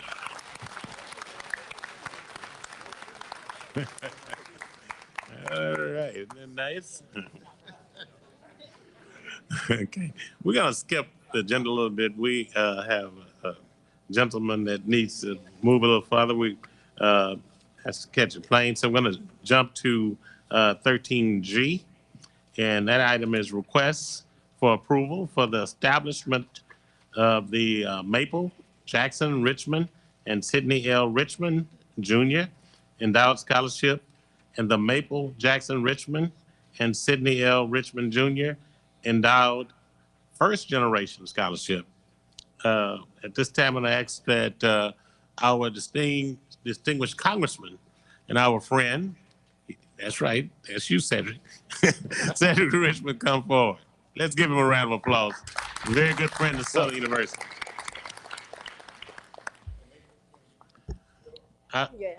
Yes. I figure they're gonna bring her up. I think you all familiar with Maple Gaines, aren't you? All right. Where's Al Harrell? Alfred. Whoa, wait, whoa. And I think Al Harrell is going to speak on this. Tony, is the placement on the agenda the amount of gratitude we think that we receive? I just want to know. Building up. Look, in all seriousness, you know, watching my mother, who hails from Lake Providence, Louisiana, and my father from Prentiss, Mississippi, both places not known for abundant wealth, and go to Southern University, meet on campus, get married, move to New Orleans, do extremely well, and now she's on the board of the institution that enabled her to achieve all the success she has. My brother and I, and I'm joined by my sister-in-law, Stephanie Richmond. My brother and I decided that we wanted to do something that would keep their names going, but more importantly, create a pathway for students from Lake Providence and Prentiss, Mississippi, to come to a great institution to change their trajectory as well. And the best way to do that is to financially help students achieve their dreams. So we put our money where our mouth was, and that is to establish this endowed scholarship in their name. And I believe we've split it now so that there's money for a first generation student to come to Southern and a student from both of those hometowns. You know, everybody's familiar with Lake Providence. Many people are not familiar with Prentiss, Mississippi, which is a small city that doesn't even have a high school now. So they combined with the surrounding areas, Bassfield, to do school. But the important role is our HBCUs. The role, scope, and the mission is to take those diamonds in the rough and polish them into gems so that they flourish. Southern has done an excellent job of that. We expect Southern to keep doing that. And for those young men who decide not to go to Morehouse, Southern is a great place. Southern is a great place for them to land.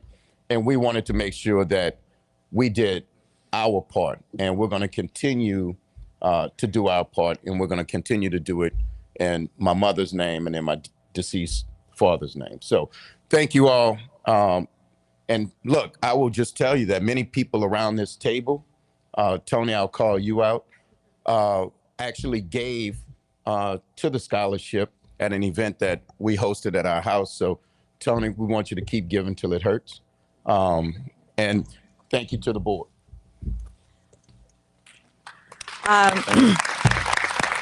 I'll be short. I'll just say that my part in all of this was to constantly remind them that if it wasn't for Southern University, they may not be here.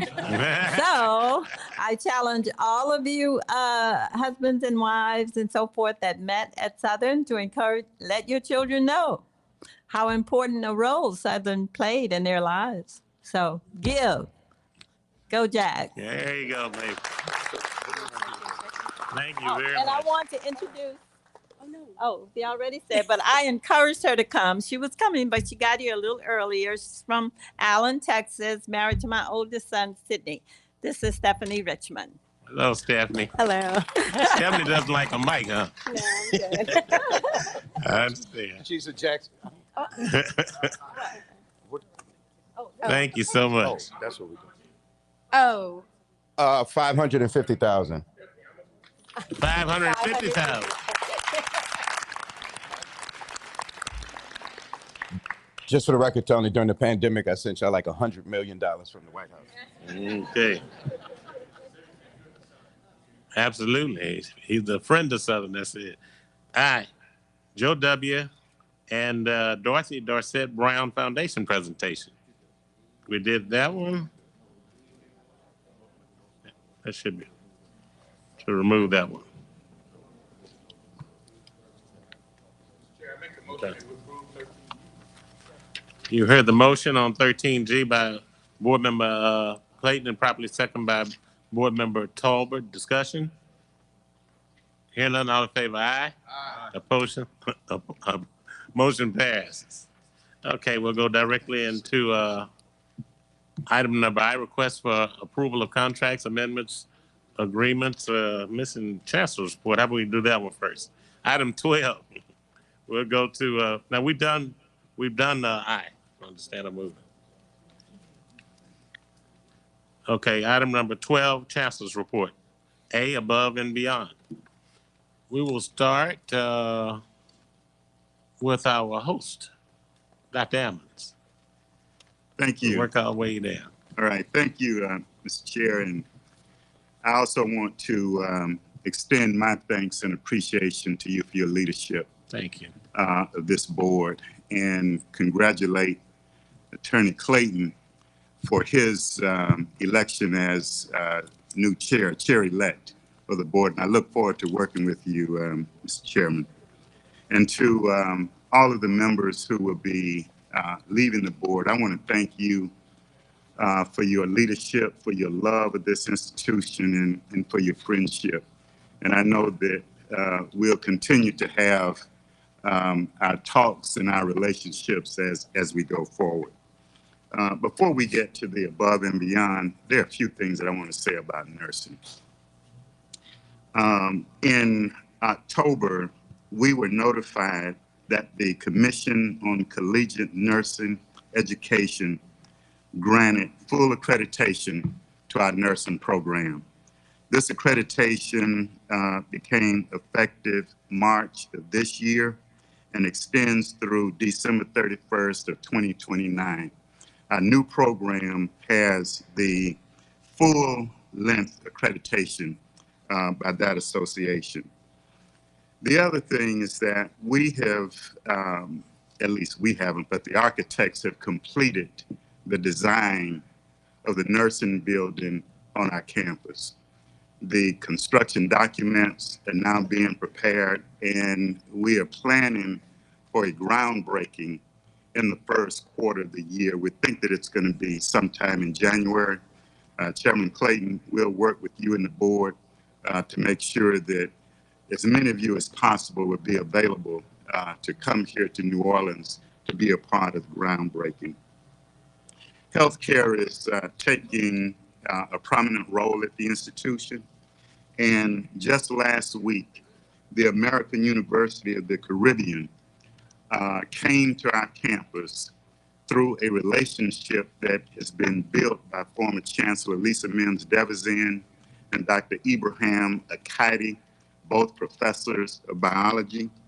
And during that visit to the campus, 5 of our students were admitted to medical school. We have 1 student who is currently enrolled at American University of the Caribbean, and 5 additional students will be headed there. One of the students who was admitted to medical school is Latavia Williams. She and her colleague, Brittany Sylvester, spent last summer at George Mason University, and they are majors in forensic science. They had funding from the Department of Homeland Security, and their research was published by George Mason University. And we want to congratulate them and congratulate Dr. Thompson and the faculty in forensic science for the great work that they have done with our students. So at this time, I will call for Mr. Delwyn Davis, who is Director of Facilities at Southern University at New Orleans, to present the Above and Beyond Award for a member of our staff.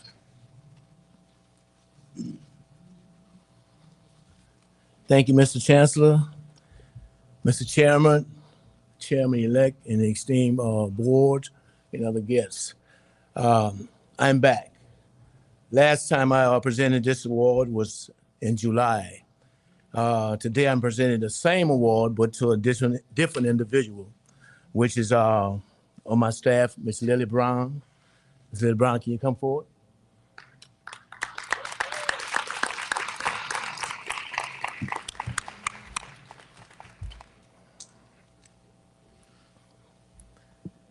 Ms. Lily Brown began her work at Southern University of New Orleans in 2010, but her work was only with Sedesco, with the cafeteria workers. From there, she developed a relationship with the staff at SUNO. She loved the facility and she loved working. In 2017, she became a part of the Southern University facility teams. And there today and every day, she works above and beyond to get the work done. When I look at the word above, when everybody say, where's Miss Willard, Miss Lily, sometimes you start looking and like you're looking above, I don't know.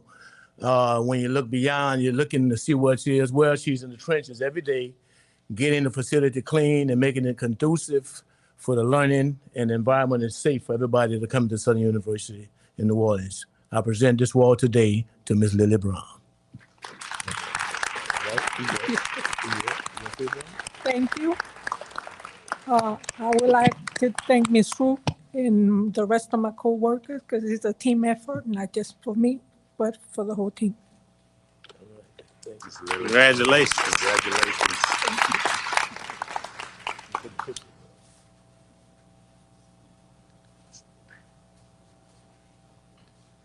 Dr. Gatt? I thought we...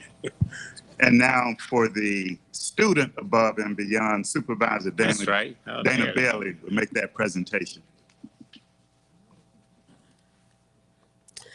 Good morning, everyone. Good morning, Chairman Lawson, Vice Chair, Chairman-elect, Mr. Tony Clayton, colleagues in the greatest system, the Southern University system.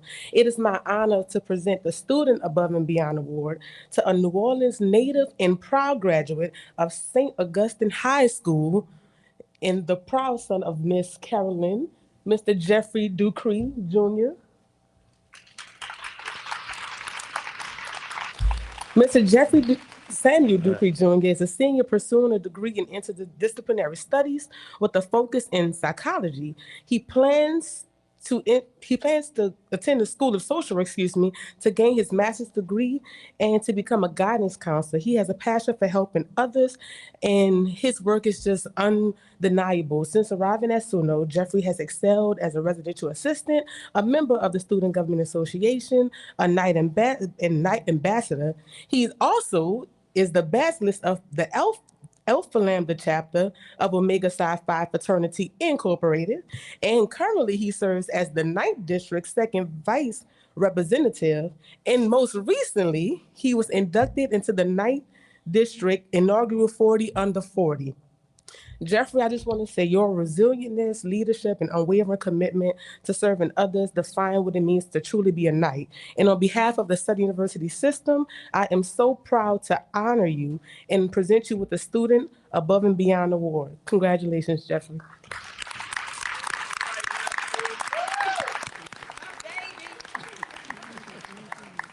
Surprise.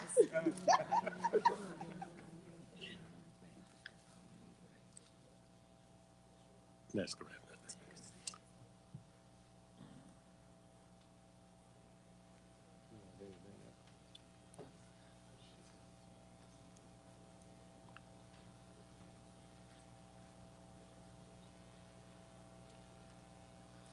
And Dr. Ammons, I don't want to cut you too short. I want to make sure you finish.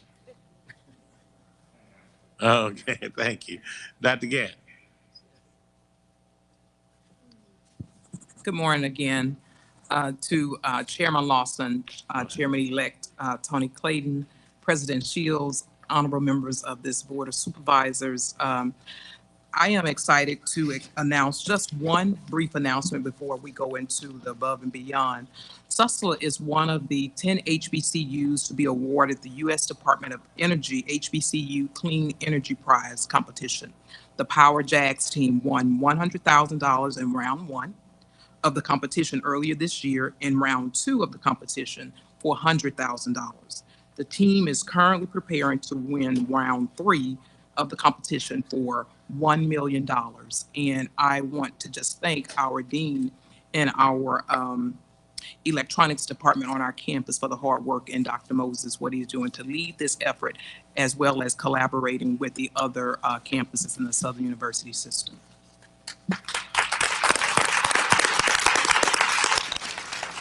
For Southern University at Shreveport Above and Beyond Award, I would like to call Dr. Valoria Nance, Vice Chancellor for Finance and Administration, to the podium to make the presentation. Dr. Nance, would you please join us at the podium? Good morning. Morning. Chairman Lawson, Chairman-elect Clayton, President Shields, distinguished board members, and to my own esteemed Chancellor, Dr. Aubrey Gant, Southern University Chancellors, and to all of you who have gathered here to conduct the business of the Southern University. I stand here before you today to present a truly dedicated and beloved employee of the Southern University at Shreveport. Prior to coming to Sussex, this employee worked 20 years for the city of Shreveport. Being somewhat disenchanted, he decided to charter new grounds and transfer over to Sussex, where he became our first employee in grounds became an employee first in grounds, in custodial services around the year of 2000. He worked 24 years for the system of Southern University at Shreveport. Starting out as a custodian, he worked many different areas. He liked to do different things. He had many talents. And so grounds is one of the things he used to do. I was told by someone that while working on the grounds crew, Mr. Benjamin Pugh, then Vice Chancellor of Finance Administration, recognized his talents and asked him to move over to grounds. And so therefore, he worked there until he moved up to a horticultural attendant leader, and his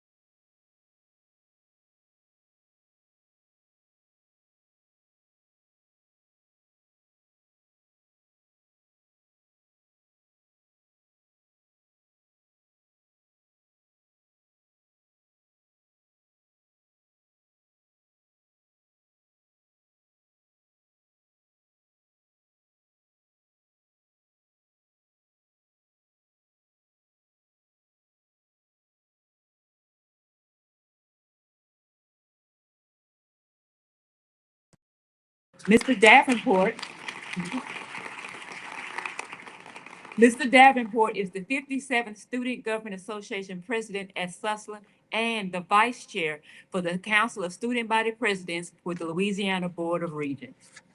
He is the son of Cedric and Norma Coleman. He advocates for student rights and higher education policies as well.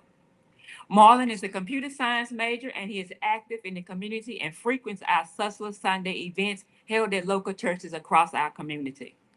Inspired by President Barack Obama's words, the future rewards those who press on.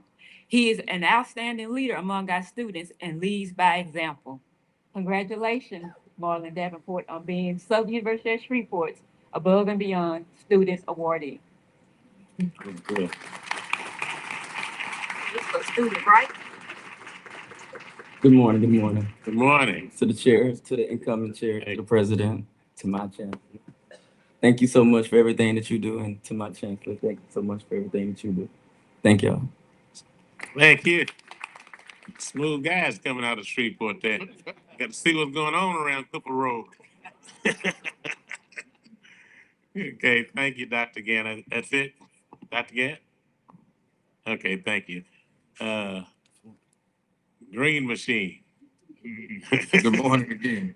And thank you, Mr. Chairman. I have a couple of announcements prior to introducing the individuals who will introduce the above and beyond award recipients. First, you should have a annual report from the SU Ag, which is representative of the Ag Center and also the College of Ag. And it just highlights some of the things that are going on in the past 11 months in SU Ag. So please review that at your leisure. My second is that next month, President Shields and I will be hosting a delegation from U.S. Department of Agriculture. And this will be Agricultural Research Service, which will be starting the first phase of building the first agricultural research lab on the HBCU. It's going to be about 55,000 square feet and will be paid for 100% by USDA. So we will host them and start that process of getting that building built as part of the ag program. So, with that, I will turn it over to Dr. Renita Marshall, who is the Vice Chancellor for Academic Programs and Student Success, to introduce our student recipient. Good morning. Morning. To the board chair, board vice chair, vice chair-elect, President Shields, and Chancellor McMeans, as well as the honorable members of the board. The Southern University Ag Center acknowledges Miss Faith V. Woods. All right. Faith is a senior majoring in agribusiness from Baton Rouge, Louisiana. She is a familiar face on campus, reigning as the 94th Miss Southern University.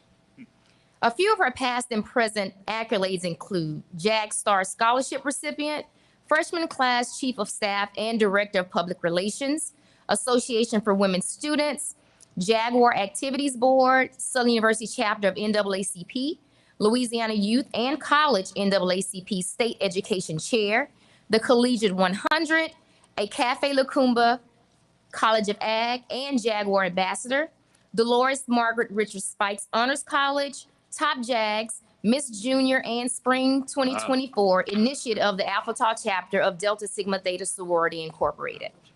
But what truly sets Faith apart is her commitment to helping others.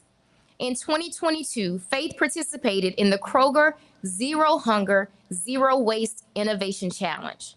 With doing so, Faith was able to bring funding back to the university to assist with projects and initiatives to alleviate the food desert surrounding our campus. This year, Faith partnered with SU Ag for her Stuff the Bus campaign. With this partnership, Faith was able to provide hundreds of back-to-school supplies to students and families in need. Faith V. Woods personifies the spirit of the Above and Beyond Award. Her dedication, leadership, compassion, and unwavering commitment to excellence has made a profound impact on the College of Agricultural, Human, and Environmental Sciences, as well as the Southern University Agricultural Research and Extension Center. She is more than deserving of this recognition and continues to set a shining example for others to follow. Miss Faith V. Woods.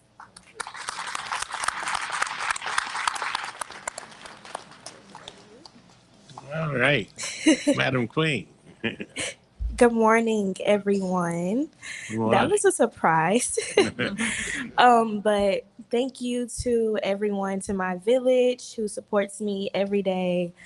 I'm honored to serve as the 94th Miss Southern University and be an ambassador for the university.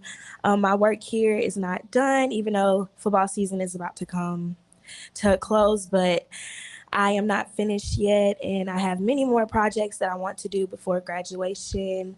And I'm just so thankful to everyone, and thank you to the College of Ag. And yes, so thank you. Congratulations. Is that your parents? Introduce your parents if you will. These are my parents, both Southern University alum, Keith and Michelle Woods. That's nice. Yeah. And former football player. That's wonderful. I was slated to walk Miss Southern a few times when I was in the SGA, but the crown blocked me out. She was about a lot taller than me with that crown, about 3 feet taller than me. All right, Dr. Marlon. Greetings, Board Chair, Vice Chair, Chair-elect, President Shields, other honor board members, and of course to my Chancellor. I have the honor and the privilege to introduce Mr. Cornelius Jackson Jr.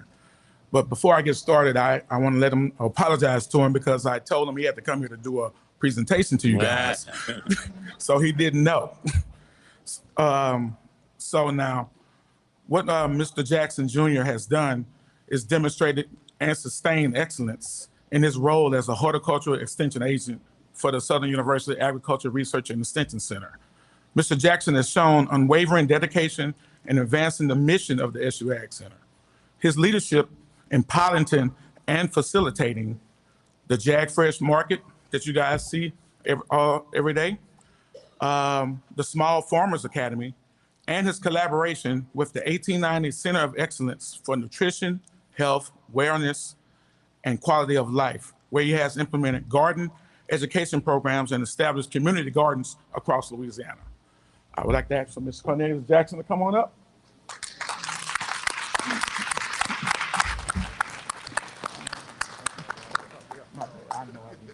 I got you. All right. Good morning. All right, they caught me off guard with this one, but I want to say good morning to the board. Good morning to everyone in the audience, as well as my coworkers. I first want to give them thanks and appreciation for giving me the opportunity to come up here and speak to you all today. I also want to thank my family for being out here, making a trip, as well as my girlfriend and my brother-in-law. So I appreciate them all being here. Jag Fresh is just, an initiative that we started at Southern University to not only bridge the gap between the community and our students and faculty, but also to support our farmers, because our farmers are our future and our students are also our future. So being able to bring forth that Jag Fresh Farmers Market and give those students healthier options on campus, give the community healthier options, as well as support our farmers, give them an outlet to build their business and grow as individuals and as an operation. I think that's something that's just going to be fulfilling for the future to come. So I hope that you all can maybe take that trip down there to come see us for the market. It's a great thing. It's growing each and every season, each and every market. And I just hope to continue and hope to be an inspiration for those in my generation to be that shining light to bring forth new opportunities for our students and our faculty and community and our farmers. So I appreciate the opportunity, caught off guard with this one again. But I thank you all, and I hope you all have a great Bayou Classic, and go Jags. All right. And then Dr. McMeans? That's it. All right, thank you. How dare us not recognize nationally known person with USDA. We have, I think she's the director of state directors, right? Ms. Deidre Roberts, let's give her a round of applause as she stand up. And she has a student in the Ag Center, great student. That's right, stand up. I think all this, hey, we got to give him a round of applause, a phenomenal student. Okay, we'll move over to the left. Asked our Chancellor of the Law Center, Mr. Alvin Washington, to take the mic. Right button. All right, Mr. Chairman, board members, Mr. President, before I call up our presenters from the Law Center, I'd like to ask the law school family to please stand who are in the audience this morning. We have some vice chancellors here. Now, this is my opportunity to publicly acknowledge the great work of the team that we have at the Law Center. And all of these people work above and beyond. These are the type of people that when we go home early, they stay. I leave them there sometimes doing work. And I want you guys to know how much I appreciate the great work that y'all do. And I would like to call up Vice Chancellor Regina Ramsey to introduce our staff above and beyond award recipient. And we didn't tell them why they were coming, so they may not have a speech. Good morning, Chair-elect, and other members of the board, chancellors, and faculty, staff, students, and friends of the Southern University system. This morning, I'm excited, happy, pleased, and honored to present to you all the Law Center's Above and Beyond Award recipients who joined the Law Center's Office of Institutional Accountability and Accreditation in March of 2020 at a time that was 1 week before the world shut down due to COVID-19. Dr. Samantha Thompson had no time to get to know the faculty, staff, and students. As she assumed her new role, she had very little time to be trained and acclimated to her new position. She was thrown into the deep end. She was tasked with the responsibility of scheduling, coordinating, and documenting meetings with the chancellor, vice chancellors, faculty, staff, and various external task force as she executed with grace and dignity. This employee takes identified goals within the Law Center and develops methodical strategies to achieve these goals. During the pandemic, she was instrumental and integral to us completing 2 virtual site visits with the American Bar Association and with SACS COC. She takes diligent time to identify goals within the Law Center, and she develops methodical strategies to achieve these goals. She meets with key personnel and meticulously encourages, motivates, inspires, and provides guidance and support toward achieving these goals. This employee is professional yet compassionate. She's detailed, organized, and supportive. She is generous and kind. She is both my left and right hands. She keeps me and everyone else that she works with focused and on time. She does all of this with a beautiful smile and a kind and compassionate spirit.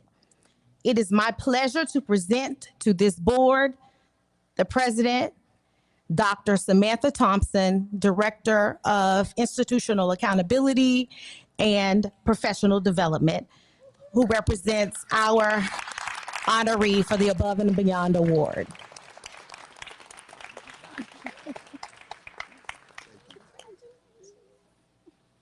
All right. Good morning, distinguished Good morning. members of the board. I was caught completely off guard. Thank you so much for this honor. As a 4-time graduate of Southern University, Baton Rouge, I am grateful and honored to accept this award, and I'm hopeful to continue the work of our and mission of our great institution. Thank you. Wonderful. Isn't that nice? All right, so our next recipient will be introduced by Whitney Parker, who is our current SBA president.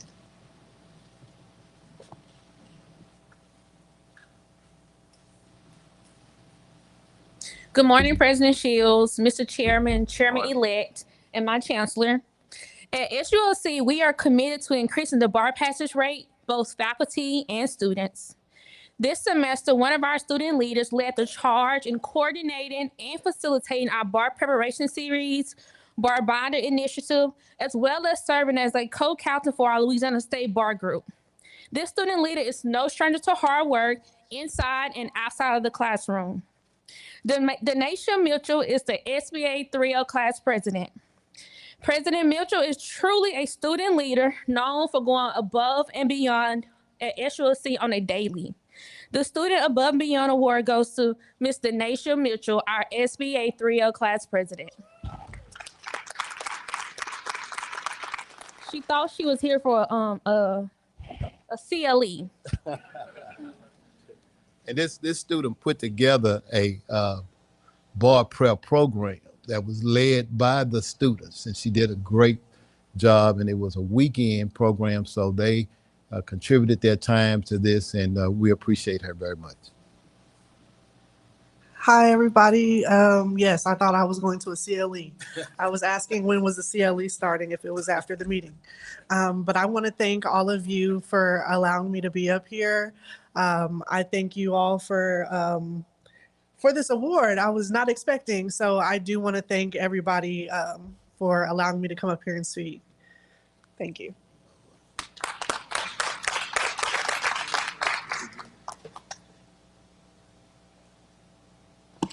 That's it, Chancellor Washington. That's it. Okay, and see our SBA president also serves on the committee to select the next chancellor, and she's done a wonderful job up there. So we appreciate you. Next is Chancellor Pierre, SUBR.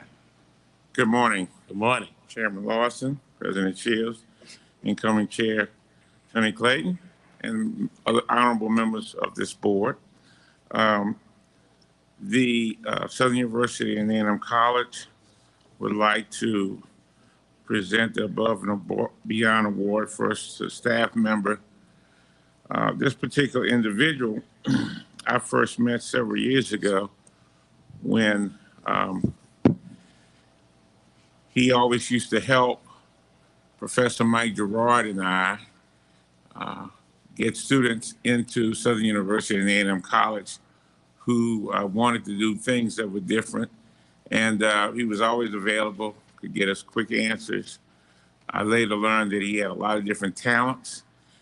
He had the ability to navigate through processes. Incoming Chair Clayton once suggested to me that we needed an ombudsman. I said, we do kind of, we have folks that do that. And one day he called me because he was looking at a situation on campus where it didn't look good. And I was on my way home. And he said, you need to get down here. I said, I'll send somebody. And the person I sent was DeAndre Dearage. And he's been an advocate for students in so many different ways, in so many different places. Sometimes I think he stretches himself too thin, but he really is doing things that are really above and beyond in a lot of different places. And I wanted to have him acknowledged as the Above and Beyond recipient for this board meeting, Mr. Dearage.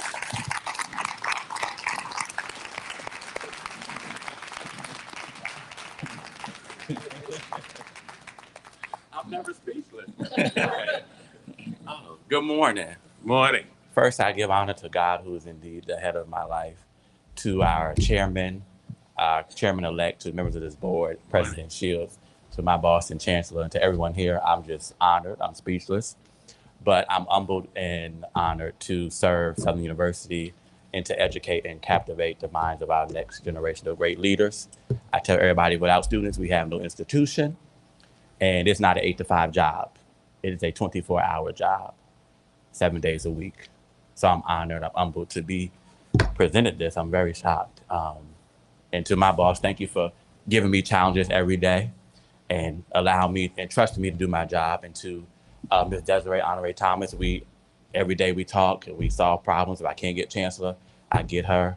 To my advisor, Dr. Walker, because I am the president of the Graduate Student Association, thank you every day for your support.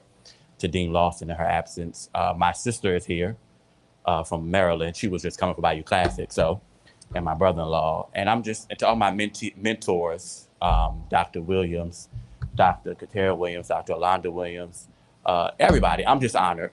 Thank you so much.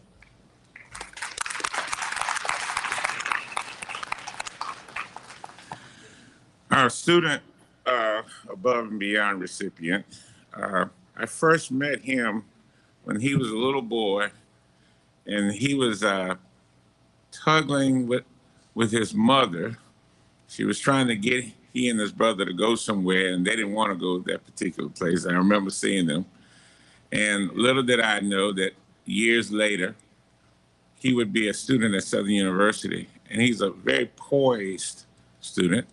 I kind of got reintroduced to him a couple of years ago when he announced his big plans that he wanted to come to Southern University and get his undergraduate degree and then go to law school. And I saw him again over time, but he is a very poised young leader, and he leads by example. And that is none other than Jude Robert, who is here with his father and mother, Jimmy Robert and Deidre Robert. He thinks he's here because his mother is being recognized. But I like Jude.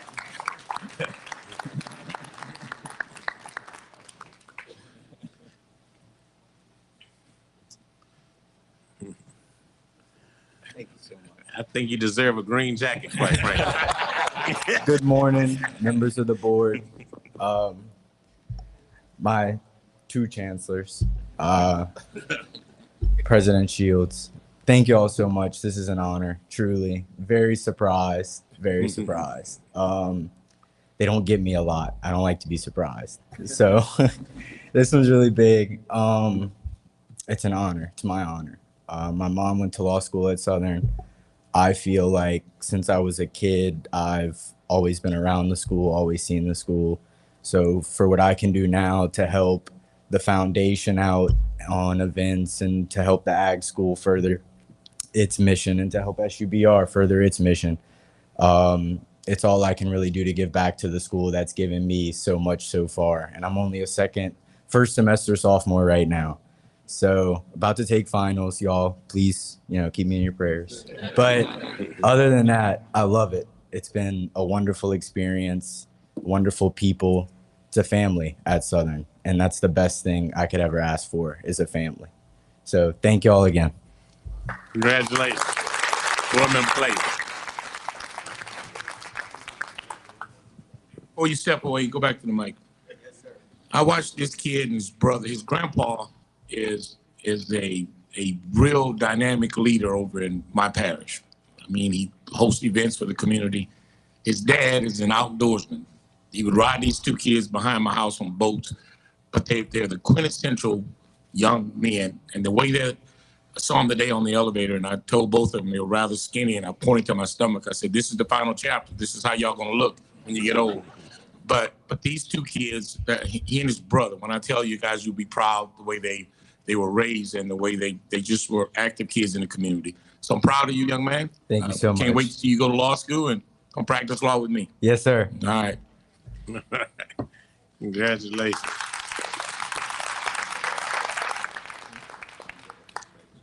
See, Chancellor?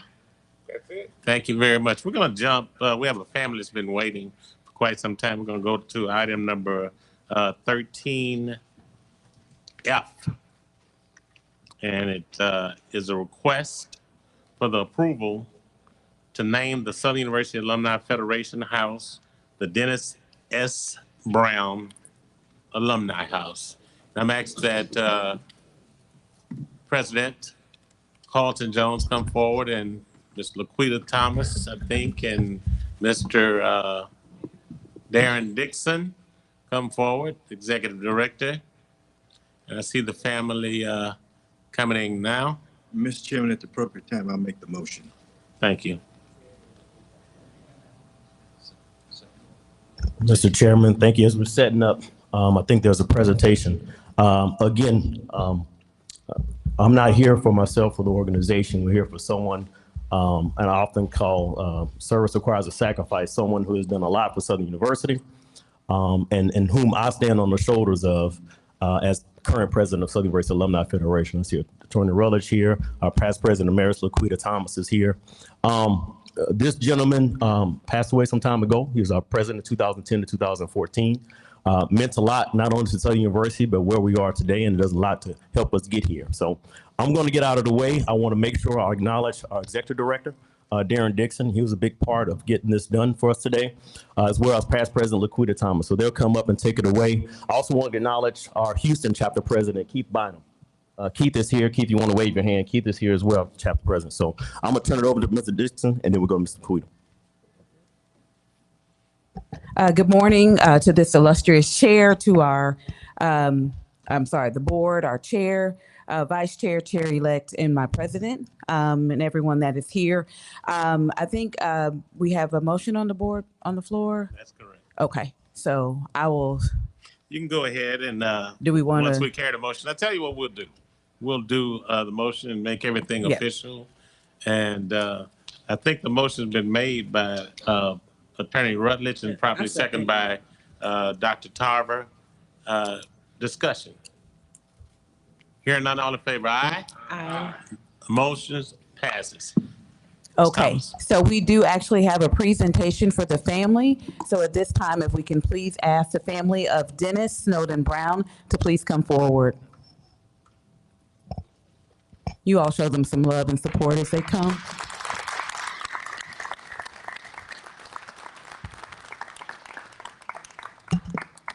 We have a little something for the family, for Mrs. Barbara Brown. Y'all can come over to my right. As well as for the daughters.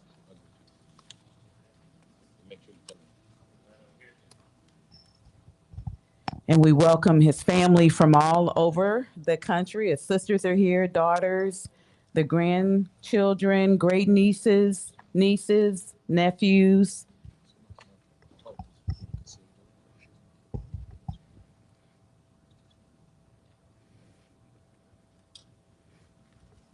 And so basically, as you can see on the graphic, it just says that the Southern University family will forever cherish and honor the life of Mr. Dennis Snowden Brown, a true son of Southern University.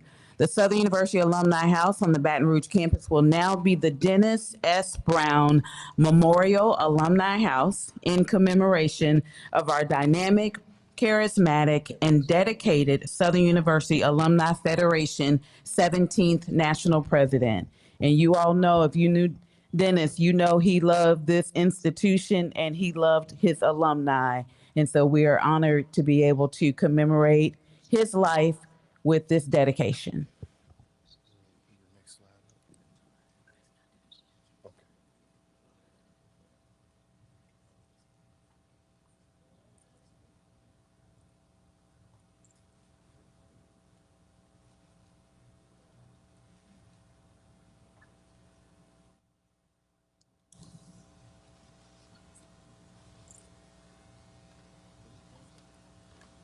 What would Dennis say? It's the attitude. What was that saying he had? What is it? Only get a difference between a good day and a bad is your attitude.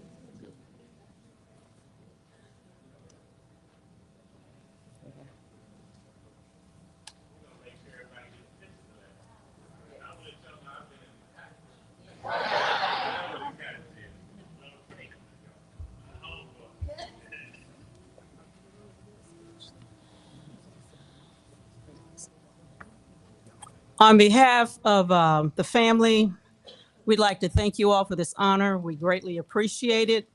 And he's smiling up in the sky saying, thanks so much. Go SU. And you know what he always says, the only difference between a good day is your what? Attitude. Thank you. I tell Tony that all the time. You would always say, what's understood need not be explained. I don't know what that means, but If you didn't know, Dennis had a rule about grandkids. He said when they come to his house, the rule is there are no rules. And he also said that he loved Southern University so much that he told his family, don't ever plan anything, a wedding, zero on Bayou Classic Day because he wasn't going to be there. But one time, I think he had a grandbaby. That did it. He missed that. But he was a faithful, loyal Southernite and beloved across the nation. And this is the good honor he's so deserving. And to be candid with you, this board speaks how this guy to my right, he wasn't here 2 days before he was getting on him. Me and Tony the same day. Every day. Correct? So we really welcome his input, and we're going to make sure that his memory is carried on in perpetuity, okay? Go ahead. You want to say hey, something? family, is it okay for us to accept Keith Bynum to make the calls that Dennis would make? Yes. Okay, all right. Keith doesn't care. He's going to make them anyway. Yeah. Go ahead. I just want to say my dad absolutely adored Southern University. It's different because of my parents and where they met and our family and the tradition of coming to Southern and being a scholar and proudly wearing the SU logo wherever we go. It's a beautiful thing for him to be recognized on this level. And I know for y'all, it could possibly be like, oh, he was the president or he was that, but he was my daddy. Yeah. And he loved Southern, but he loved us even more. And I just thank y'all for recognizing him in this honor and continuing his legacy because, yes, again, that is Dennis S. Brown. He is also my daddy, and I love him, and I miss him so much. And he left a big name and a legacy, and I'm just so proud to be his daughter. So again, thank y'all for this time, for the effort, and he is smiling down on us. But more importantly, it's continuing what we're doing here at the university and standing above everyone and continuing to help students become the best. Because of this institution, we are here today. So thank you. Thank you so much. And I know what Dennis saying. That's what I'm talking about. I'm Dennis's and Barbara's youngest daughter, Brittany. For those who don't know, the passing was August 31st, just for reference. And it takes a lot for all of this. Like, he would be here telling us this legacy that he's created. If you don't know, y'all, we have a big family. We come from state after state. We drive in. We have so many kids. Southern made sure we were accommodated simply just to be here. So know that we thank you guys. We love y'all. We just ask to continue to keep the respect for our family. We understand in Southern, he's a father first. He's a family man second. Well, man of God first, actually. Family man second. But he might put family man and Southern under the same category because that's how much he loved her, right? But just know that we appreciate y'all so much. Just the Confederation alone. Our entire family went to Southern. I was 08 to 2012. We can go back to when our family, even our oldest aunts, uncles, our entire legacy is here. Everything that y'all are doing in this room right now, you're looking at it. Keep doing it. The only difference between a good day and a bad day is your Attitude. When there's nothing to laugh about, laugh on. Keep laughing in this room and continue to push forward and continue to have the legacy that every person in this room has an impact in here doing. Can I get an amen for that? Amen. All right, y'all keep this thing going. Have a blessed day. You got it. Now, Mr. President and Executive Director, I expect all of these wonderful quotes to be displayed. I sent Dennis something that was on a national deal of great quotes in publication, so he's nationally recognized. So we're going to make sure all of these quotes representing on that building. Okay, his name down Thank there. y'all. Okay. Thank you. Okay, we'll go back to the agenda as printed. Where are we now? We did above and beyond. Action items. Something tells me we're about to start moving a little bit. 13A is request for approval of minutes for October 18th, 2020. So moved. Okay, that's on I item second. A. We'll probably move second discussion. Hearing none, all in favor, aye. Aye. Opposed, motion carries. Item B, request for approval of posthumous Chair, honorary. can I move that we do B, C, D, and E in global? I was waiting on that. I second. I just, Riley second. I don't want to stop E, but I have a question about E before we. A discussion, and we'll answer, address the question at this time. Board Member Rutledge. Thank you. At our last meeting, it was requested that our council bring back to us a proposal as to how we were going to do a better job of managing these policies. What is the status of that? Board Member Rutledge, we have started reaching out to different vendors that can do that. We have had conversations internally with our IT department to that indicate that they should be able to do have it searchable on our current website. But in addition to that, while we're moving on that, we are also seeking input from potential vendors on doing it on a wider basis. Is it unreasonable to expect something perhaps at the January meeting, a little bit more definitive? No, sir. We should have something for you by then. Okay, thank you. Mhm. Any other discussion and unrest? Not, all in favor, aye. Aye. Opposed, motion carries. Okay. Chair, and I'll move that I continue that motion to pick up items E, 1, 2, F, G, H, I, and I'll leave it at that number and we'll pick up information in global. Okay, you've heard the motion. Discussion?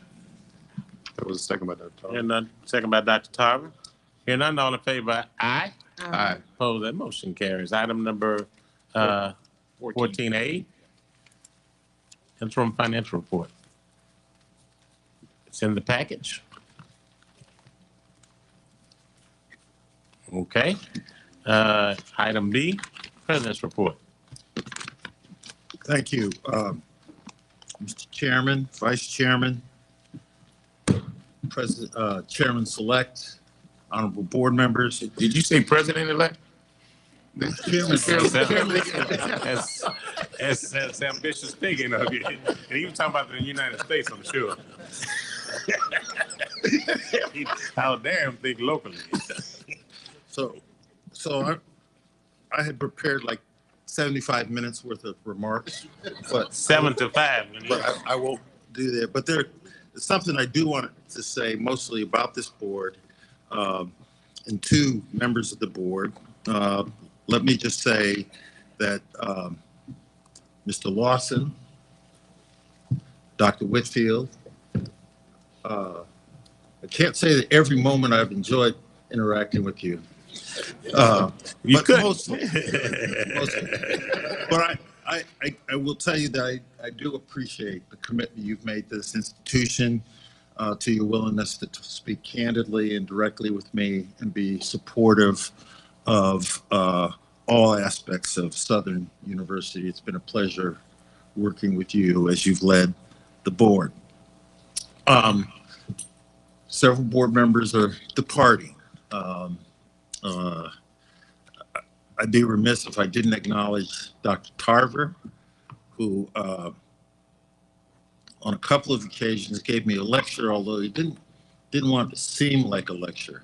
But he always had valuable insight to offer me and encourage me and teach me more of the history of this institution and to set an example of someone who's committed his life to this institution. And I very much appreciate it, what you've done. Dr. Williams, you became a doctor while serving on this board. I've appreciated the insight and effort that you put into it and your willingness to come on board. Mr. Fondell, appreciated your passion for the institution and investment and Mrs. Reeves. Well, let me just say it's been a pleasure to work with you also. So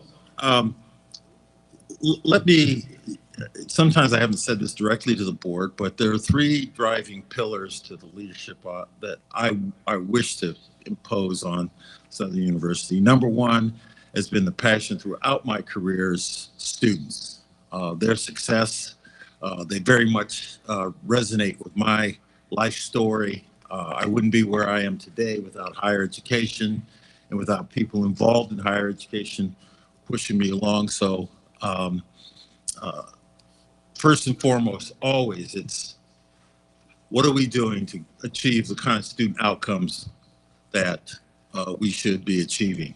Number two, I believe universities and certainly HBCUs have to be stewards of place. So they need to contribute to the thriving and prosperity of the communities they're located in, the states where they're located, and beyond. And finally, in this area, in higher education, one of the most challenging aspects is resources. And so public higher education for many, many years really relied on direct support from states. That's wavered over the last 30 years. And certainly in Louisiana, it was challenged 10 to 15 years ago. So we have to diversify our revenue streams. I'm not saying that we shouldn't pursue every bit of state support that we should, and I believe that we're entitled to, but we have to help ourselves and move forward. So those are the three things. I must acknowledge the partners in that. We saw a few of them earlier, but I've lived in a number of different states. But let me tell you, Southern University has a great asset in this legislative Black Caucus. They work tirelessly to support this institution, and there's not a lot of places where you see that sort of focused effort to support HBCUs, and I'm have a special note of gratitude to them. Senator Fields, Senator Bowie, Edmund Jordan, Kyle Green, Ed Price, and the whole caucus have been remarkable, and I think we're on the precipice of actually garnering even more significant support in the future. I'm not going to make any comment on the special session because I think that dust has got to settle there before we realize the commitments that were made there. But I do think that that's important for us to acknowledge. I also want to mention my experience with Dennis Brown. I can't imagine a more deserving sort of recognition for him and his family. From the moment I met him, he was a positive influence, and he continued, even though he didn't know me well, to send me texts and links regularly of encouragement and insight. And I think is an exemplar of the best that Southern has to offer and the commitment that its alumni have to this institution. Finally, we have a new chair coming on board. And I don't know if we need to call it a ceasefire. Let's call it a meeting of the minds. And I look forward to sort of establishing our way of moving forward and working closely with you, Attorney Clayton, in the future, and appreciate the support of all of the board members who will be departing, but also working closely with the board members who will be continuing. That concludes what I have to offer today. Thank you. And I'm not going to give a swan song speech because they got work to do. Yeah, I mean, it's January 1, right? So we have work to do. So I'm going to talk about it when that time exists. And I've seen things change. So it's never a guarantee, I promise you, in this business. So one of the things that impacted this board was the redistricting. And so I can tell you that has been a challenge with many talented members being challenged with coming back. So the indelible mark has been made, and I'm going to make sure that's recognized too. And one of the things that we hadn't talked about, Dr. Harvey and I, have been discussing, and we're going to do this. They're going to be putting a very nice name on that building, and it's going to be lit up, and it's going to be done before the end of December. So I'm going to let the cat out of the bag. We're going to make sure we recognize him and all the other board members that may be transitioning off the board with something special. So we'll get together again. Is that okay? All right. So with that being said, we're going to go into other business, and I think we need to include the resolutions, if you will, Dr. Vital. Thank you, Chairman. Condolences. Dexter Cormier Jr. was a proud 2007 graduate of Scotlandville Magnet High School. He continued his education at Southwestern Christian College in Terrell, Texas, where he earned an associate's degree in computer science. He later enrolled in Texas College in Tyler, Texas, where he graduated with honors as presidential and athletic scholar, earning a bachelor's degree in business management. Mr. Cormier was the son of Pamela Denise Coco, SU Rico Printing and Mail Center manager. He passed away on October 20th, 2024. Ashley Marilyn earned a BS in criminal justice from Grambling State University and an MS in criminal justice from Southern University. She was set to complete her PhD in sociology from Louisiana State University in the fall of 2024, a testament to her lifelong commitment to education and growth. Ms. Marilyn was a member of the Delta Sigma Theta Sorority Incorporated. She passed away on October 23rd, 2024. Thelma Baker received her education in Caddo Parish School System. She attended Booker T. Washington High School through her sophomore year before transferring and graduating from Walnut High in 1958. Her passion for education led her to Southern University in Baton Rouge, where she earned a bachelor's degree in education, followed by further studies at Louisiana College, a master's plus 30 in supervision administration. Ms. Baker was a remarkable career as an educator serving the Rapides Parish School System for 30 years. She was the aunt of Board of Supervisors Chairman Mr. Myron K. Lawson. She passed away on November 11th, 2024. We have 3 commendations. Ms. Geneva Moore, a retired educator who was born August 15, 1915 in Newellton, Louisiana. She moved to Shreveport, Louisiana, and has been a resident since 1930. Ms. Moore received her high school diploma from Central Colored High School in 1935 and earned a Bachelor's of Science degree from Southern University and A&M College in Engineering in 1941 and a Master's in Education at Howard University in D.C. in 1952.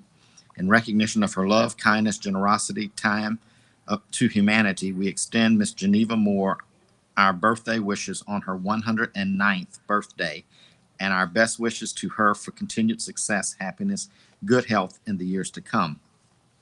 Brother James Albert Clemens Jr. was born on November 20th, 1929. He is the firstborn child of the late Myrtle and James Clemens Sr. Brother Clemens graduated from Southern University in 1951.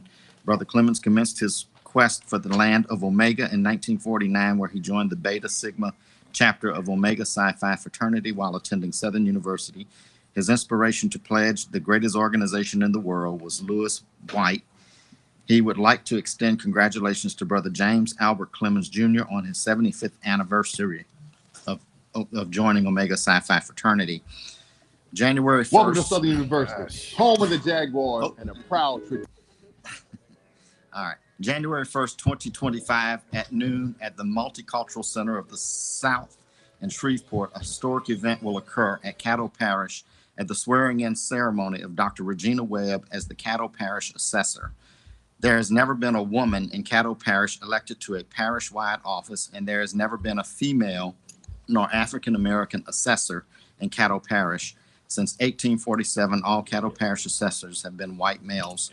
Her victory was a barrier breaker. Dr. Webb is currently an associate professor at Southern University Shreveport in Business Department, where she previously served as chair. She is a 1983 graduate of Booker T. Washington High School. She received her Bachelor's of Science degree in accounting from Grambling State University, her Master's of Administration degree from Central Michigan University, and her PhD in higher education from Jackson State University. Dr. Webb is a member of Evergreen Baptist Church, Delta Sigma Theta Sorority Incorporated. We congratulate and extend best wishes for her success. And this concludes our resolutions. Thank you, Dr. Vital. I'd like to Board Member add, Fondale. I'm sorry. Yes, I wanted to make sure we added on the record one of our great athletes that passed away since our last board meeting. He is Bob Love. He played at Southern University from 1961 to 1965 and was recognized as an all-star NBA player, a great person, a member of our Southern University Sports Hall of Fame. So I just wanted to make sure we added that to the record. And also Mr. James Clemens, Jr., he didn't pass. He's celebrating his 95th birthday, which it was held on last Saturday, but he also was 75 years and a charter member of my chapter, of Rokai chapter of Omega Psi Phi Fraternity Incorporated in Lake Charles, Reverend Talbot. Thank you. Thank you. Also like to add Isaac Ike Thomas, former member of the, he recently passed away, but was charter member of the Baseball Booster Club, 6-man club at Southern University, Baton Rouge, among many others. And we'll get the obit to the board office so they can generate a resolution for his family. Thank you for that, both of those. Anything else? Okay. Why don't we top the motion to approve the resolution? Not yet. We've got a motion to approve the resolution. So moved. Probably second by Board Member Fondale. Discussion. All in favor, aye? Aye. Opposed, motion carries. Other business, ROTC video presentation. Take a point of personal privilege before we start. To the board members that allowed me to serve as vice chair for 3 years, I am truly honored and appreciative of your confidence in me. President Shields, we again worked together well and did some great stuff. So I'm very proud of the initiatives that we put forth, and we want to continue those. Christy Reeves, big buddy, would not be the same without you and I winning. It has not been the same since we won. Raymond Fondale, for the board members and members of the audience that do not know, there's no medical school concept had Raymond Fondale not forced that issue and tell me to bring it to the board. Orlando, AKA Sister Soldier, anytime I called you with issues about understanding education and how it works, you were there for me, and I love you and appreciate you. And of course, Dr. Leon Tarver, there are no words to express what you mean to me, my family, my father, and I know he's looking down on us, and very, very proud of what you've done. Tony Clayton, when I ran for coroner, called to me. Very few people called to give you money. He was the first person to donate to my campaign, $2,500, the maximum amount. And I promise to support you and be with you through this endeavor. And hope you calm your ass down at the meeting. I'm sorry. But you got my back. And I think since he's going to be at the front, he'll be a little bit cooler, y'all. He'll be a little bit cooler. You still my pediatrician. No prostate exams. That's another story. And Myron Lawson. Give him something, Doc. I appreciate you. I worked with Ed Shorty as my first chairman. Learned so much from Ed. And Myron Lawson, we became not just friends, but brothers. I love you, man. I really appreciate what you did. You have changed the trajectory of this board. We created history on this board. And you did a wonderful job. You made me proud, your family proud, and I thank you very much. And last but not least, the Above and Beyond Award, as you all know, it does not exist without Ann Smith, Chairman Emeritus Smith. But Ann and I have a problem. And our issue, I'm just going on the record, Ann. We play Kentwood tonight at 7 p.m. It's the Kitten versus the Kangaroos, and I hope that the Kittens prevail. But Ann, I love you to death, and thank you so much for all you've done. Now, right now, guys, our ROTC is running. So a lot of people don't know about the ball run. These kids are running right now. I had a chance to spend time with them, meet with them, work with them. These are some amazing, not just ROTC members, but cadet students that are academically inclined. They're mentors. They're working in the community. So we put a very, very brief documentary together. It's 3 minutes long. I just hope that you just give me the honor and privilege to watch this and know that these are our students. We are here for these students. I was able to do a music video with the students of Susan that has gone viral. So it got over 40 million likes. This music video about the first cohort of Black male nursing students, 33 students, is really great. But this is another group of people that need to be recognized. So I hope this works. and leaving it to my boy. There you go. Thank y'all. Welcome to Southern University, home of the Jaguars and a proud tradition of excellence.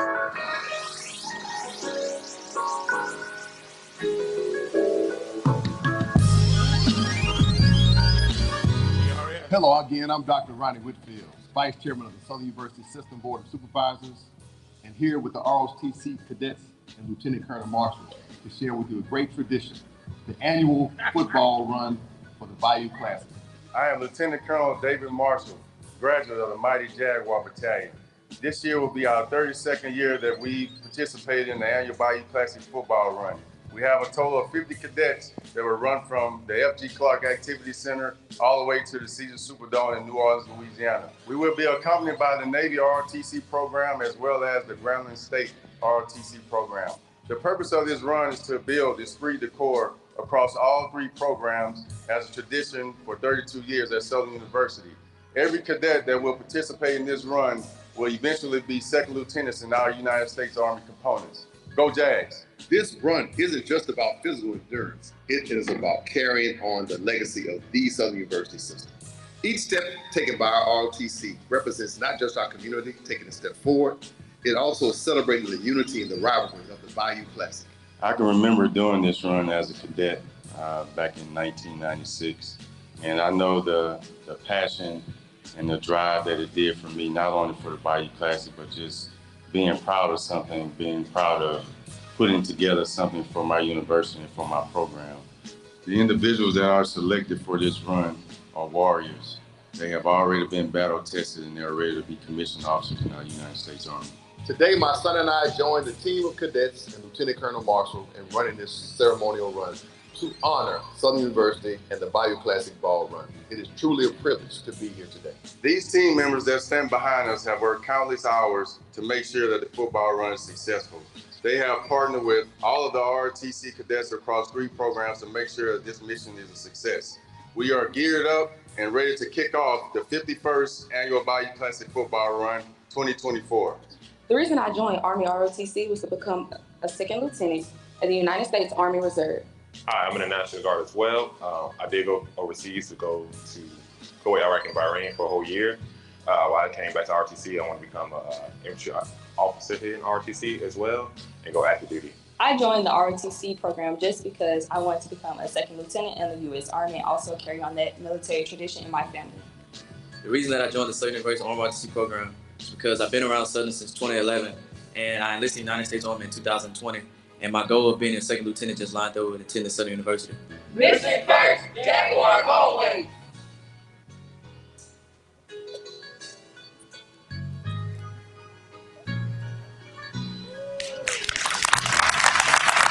Those are our students, guys. Those are our children. And I just appreciate y'all sharing that. But they are running now. They'll run the ball in tomorrow. And y'all see me on the field hanging out and taking pictures. Lieutenant Colonel Marshall, could you please stand? It took us 2 years. He was ducking because he didn't think I was real. But we made it happen, Lieutenant Colonel. I really appreciate you. Thank you guys so much. That's very nice. Rapping one day, and now you're running 12 miles here and there. And, I only ran 10 feet, man. DJ last night. He's a talented vice chair, and I'm so grateful that we have had the privilege to be up here at the helm and for us to work together as a team that we have. But I'm going to interject something here. I want everyone on this board, first of all, to stand up and give the support cast. I'm talking about Dr. Renee, Tracy Taylor, Jarrell, the team over here, a round of applause for what they have done.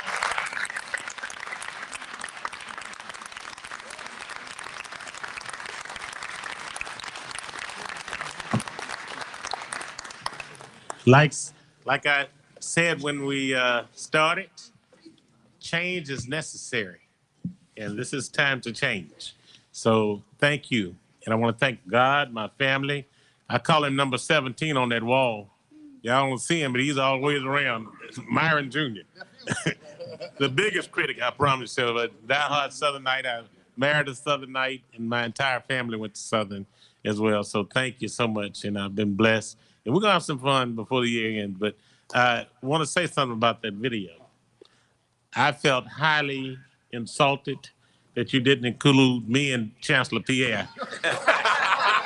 Chancellor Pierre Feel was out free of to town. insult me again next year, too. Hey, Mr. Chair. Mr. Rutledge told me that he thought that we were not going to have a peaceful transfer of power. That you weren't going to give the gavel up. That there was going to be insurrection. No. I want you to know that. I'm joking. Tony, that is not correct. They told me they're gonna hide this gavel before I get it. That's the truth. You see, Madam Ann Smith, we getting along, so okay. All right. It will be very, very peaceful. Yeah, very peaceful. Thank you so much. I think we have one last one. It's gonna be a quick one, Laquita. Can I pick mine up now? Yes. So good morning again to our illustrious board, our board chair, chair-elect and vice chair, and my president. We're delighted. We were approached back in June from Amazon. As you know, the Hey Alexa speakers that are out there, they were branching into doing some customized speakers. And guess who is the first university collegiate brand to have a smart speaker from Amazon? One guess, Southern University. And I'm delighted to stand here with our alum, Roche Roussel, who works for Amazon. He's doing amazing things. Every time you see his Facebook, he's somewhere in Japan, Hong Kong, never at home. And he actually brought this idea to us. And so we started with the Human Jukebox as the first brand, and it is a pilot. So we'll be talking, Chancellor, a little bit more about the Interlock SU and some of the other brands within the Southern University system to include. So really appreciate, we did have some board members who purchased. We still have more of the Echo Dots available, great stocking stuffers, and a great way to give back to the Human Jukebox as well. So I'll introduce Roche, allow him a couple minutes to say hello. Hello, everybody. So it's a pleasure to see y'all again. I think we spoke, what was that, June for the alumni conference. So I remember President Shields was talking about looking outside of the box and getting creative with how we get funding. So hopefully this can help the Human Jukebox, and then looking forward to the interlocking SU logo. So I think that would be another good fundraiser for the university as well. So thank y'all. So we'll hand these out. And again, thank you so much, Board Chair, for the opportunity to speak for a few minutes. And I did want to brag on Roche because he was one of our student marshals, got his degree in engineering, and he's doing great things. Thanks so much, everyone. Thank you, and thank you for the bags too. That's so grateful for that. I move we adjourn. Okay, and we're gonna take pictures. I'm looking for Mr. Sam Gilliam. Oh, did he? I hate we missed him. Yeah. We missed the other Sam last year, didn't we? We didn't tell it. We're gonna get him this year. Pictures outside the lobby. You've heard the motion to adjourn. It needs no second.